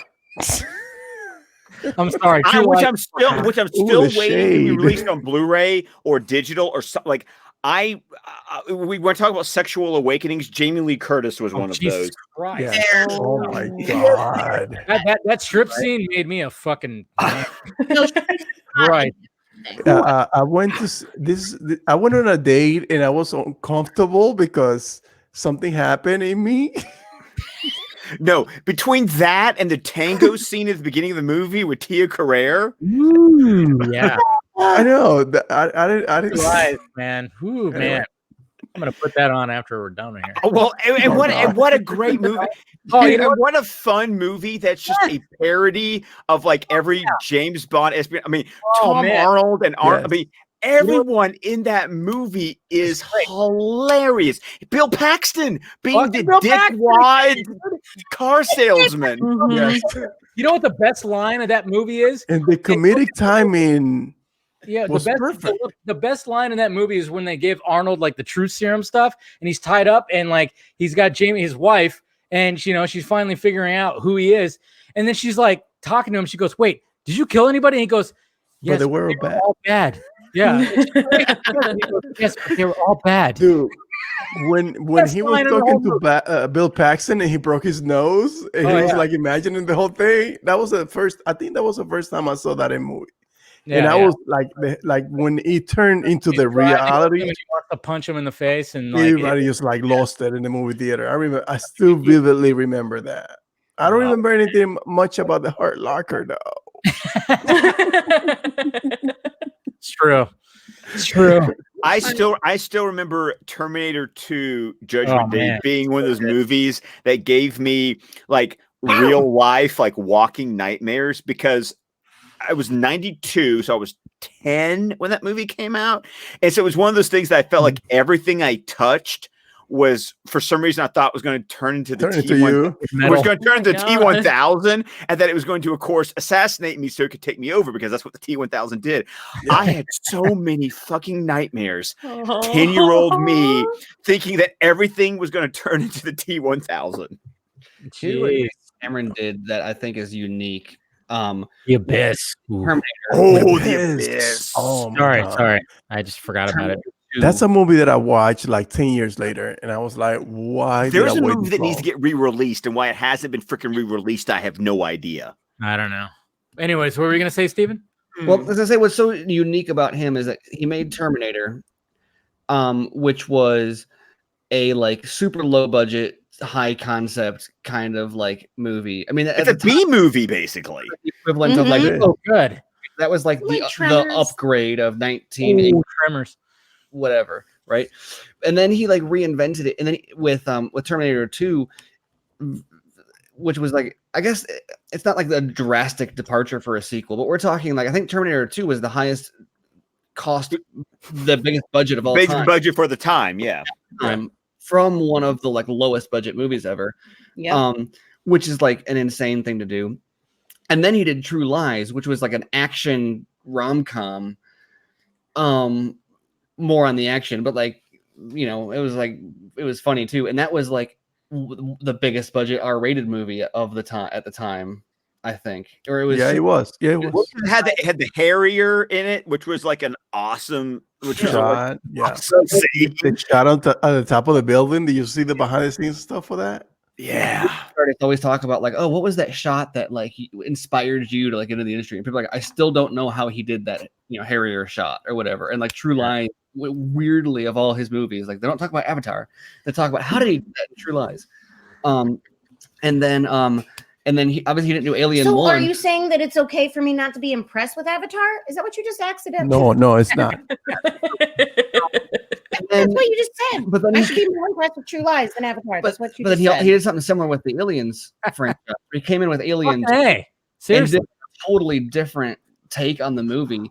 And that's the thing about Aliens is that I don't even like to compare the two because they're in completely different genres. Ridley Scott made a horror movie. James Cameron made an action movie. He made a sci-fi action movie. Yeah. And then David Fincher came in and tried to combine the two, and something fuckery happened with that. But if you watch the director's cut, it's good. I'm just saying. I like the director's cut. And everybody just got quiet right now. Anyway. No, because I own it, but I've never watched the director's cut. It's a whole lot. Well, it's what I've heard, but I need to see it. And then we get Joss Whedon with Resurrection, and then we just shake our head. Yeah, Resurrection. Resurrection was stupid. Tom over here in the chat who said, I saw Terminator 2 when I was in first grade. Ate those cheddar sour cream lays. Every time I eat those badass chips, I hear So he's like, oh Oh my god. come on. Yeah. Oh man. All right. I think it's a good time to end the chat because Ben just left and we're just gonna leave him. No, I'm just kidding. No, but we're already gone 3 hours. Yeah, this has been a fun one as per usual. Thank you to LisWonder for showing up and talking with me and everybody. That was cool of her. I mean, talk about. That's somebody who's just like, man, she's just going out and getting it with all that cosplay stuff. I was like, very impressive with what she's doing over there. She hasn't been doing it for that long. I thought she'd been doing it for like forever. I know that makes it even more impressive. Yes, the fact that she's only been doing it for like a little bit, I'm like, damn, okay, cool. And it just seems like when something new comes out, like, within a week, it's like, oh, she just made a costume. Yes. There it is. I just want to reiterate, like, not only is that, like, which she talked about with you, that's like, she's transitioning to be able to do this with more of her time. So the more we support her doing that, the more we enable her to do that. Exactly. No, she has a really good presence and stuff. Yeah, I know. Get you on the stream that you guys did for sure and everything, so you guys can really dive deep into all that stuff. But thank you for everybody showing up. Go ahead, let's go around the horn. Mr. Scott McClellan, go ahead and promote yourself. Of course, you can find me over at the DC Film Squadcast. You can find us on Twitter. You can find us on Facebook. You can find us on the internet at squadcastmedia.com. You can also find us on YouTube at squadcastmedia.com. I still need to get that battering. I still have the page saved. I need to buy that. Anyway, sorry. You're holding on it. Okay, Mr. Stephen Colbert and Miss Amanda Colbert. Yeah, I'm Stephen Colbert. You can find me. I write at screenrant.com. I also co-host Batman v Superman by the Minute with Andrew Dice. We have a number of episodes in the can. And we just did a super, super awesome interview. I'm not going to say who it is, but at the end of the next episode, we announced Zack who it's going to Snyder. be. I get it. Well, no. Interested. No, it was a super, super exciting interview, and it's going to cross multiple minutes. So check that stuff out. And I just need to say that it's the curtain for me, the curtain hook thing for me, Scott. I love it. My mom made it. Okay, you can find me on Twitter. That's really all I have to promote right now. Just find me through Stephen's page. It's fine. And keep your eyes out because I have some things in the works. So, Irons in the fire. League of Legends stream every other Tuesday at 7. There it is. 7. There you go. Trying to get this woman's voice out there. And then, of Nice. course, Miss Wonder Meg. Go ahead. Well, my name is Megan. You can find me. Hello, Megan. Hello. You can find me on literally everything as Wonder Meg. So there you go. It's funny, too, because I have that exact Batman Rogues Gallery picture right over there on my wall. Anyway, I think mine's bigger though. Oh, I thought size didn't matter, but all right. It's all about the girth. I just got emasculated right now by the size of my Batman picture. Anyway, Mr. Ben Everts. You can find me on the Real Emotion podcast every Wednesday night at 10 o'clock Eastern Standard Time, right after the Vodka. What is it? Film Junkie Live. Come Film Junkie Live. I'm sorry. Which I watch religiously. I know you watch it and I promote you guys. You can't even get it right. You're like, wait, is No, it the thank you. I podcast? appreciate No, that. the podcast stream. It's Friday, Ben. Like, Come on. we'll promote each other anyway. I know. It all runs. I know. I do too much live shit. Yeah. I know it's Batman Day tomorrow. Guess what's going to happen? There's going to be a live stream tomorrow. with a Nice. character, of course. Naturally, it has to happen. So yeah, look forward to that, guys. I think Man Day that- tomorrow. the not so caped Crusader is going to be gracing the live stream tomorrow on Batman Day. Might as well, with black makeup on his eyes and everything. So yes, appreciate you guys clicking in as per usual to the Vodka stream.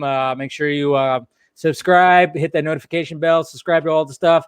Got a Patreon if you guys want to join the Patreon, shirts and everything, and all that stuff. And basically, shit. Yes, that. And of course, yes, Mr. Zack Snyder. Yeah. And then you know, all the stuff, the news and everything, just all that stuff. Indeed. I'm still waiting. You haven't given my favorite one yet. Okay, and then just, you know, all the guys at Warner Brothers and everything. That's oh my god. All right, There you go. guys. All right, guys. We will talk to you later.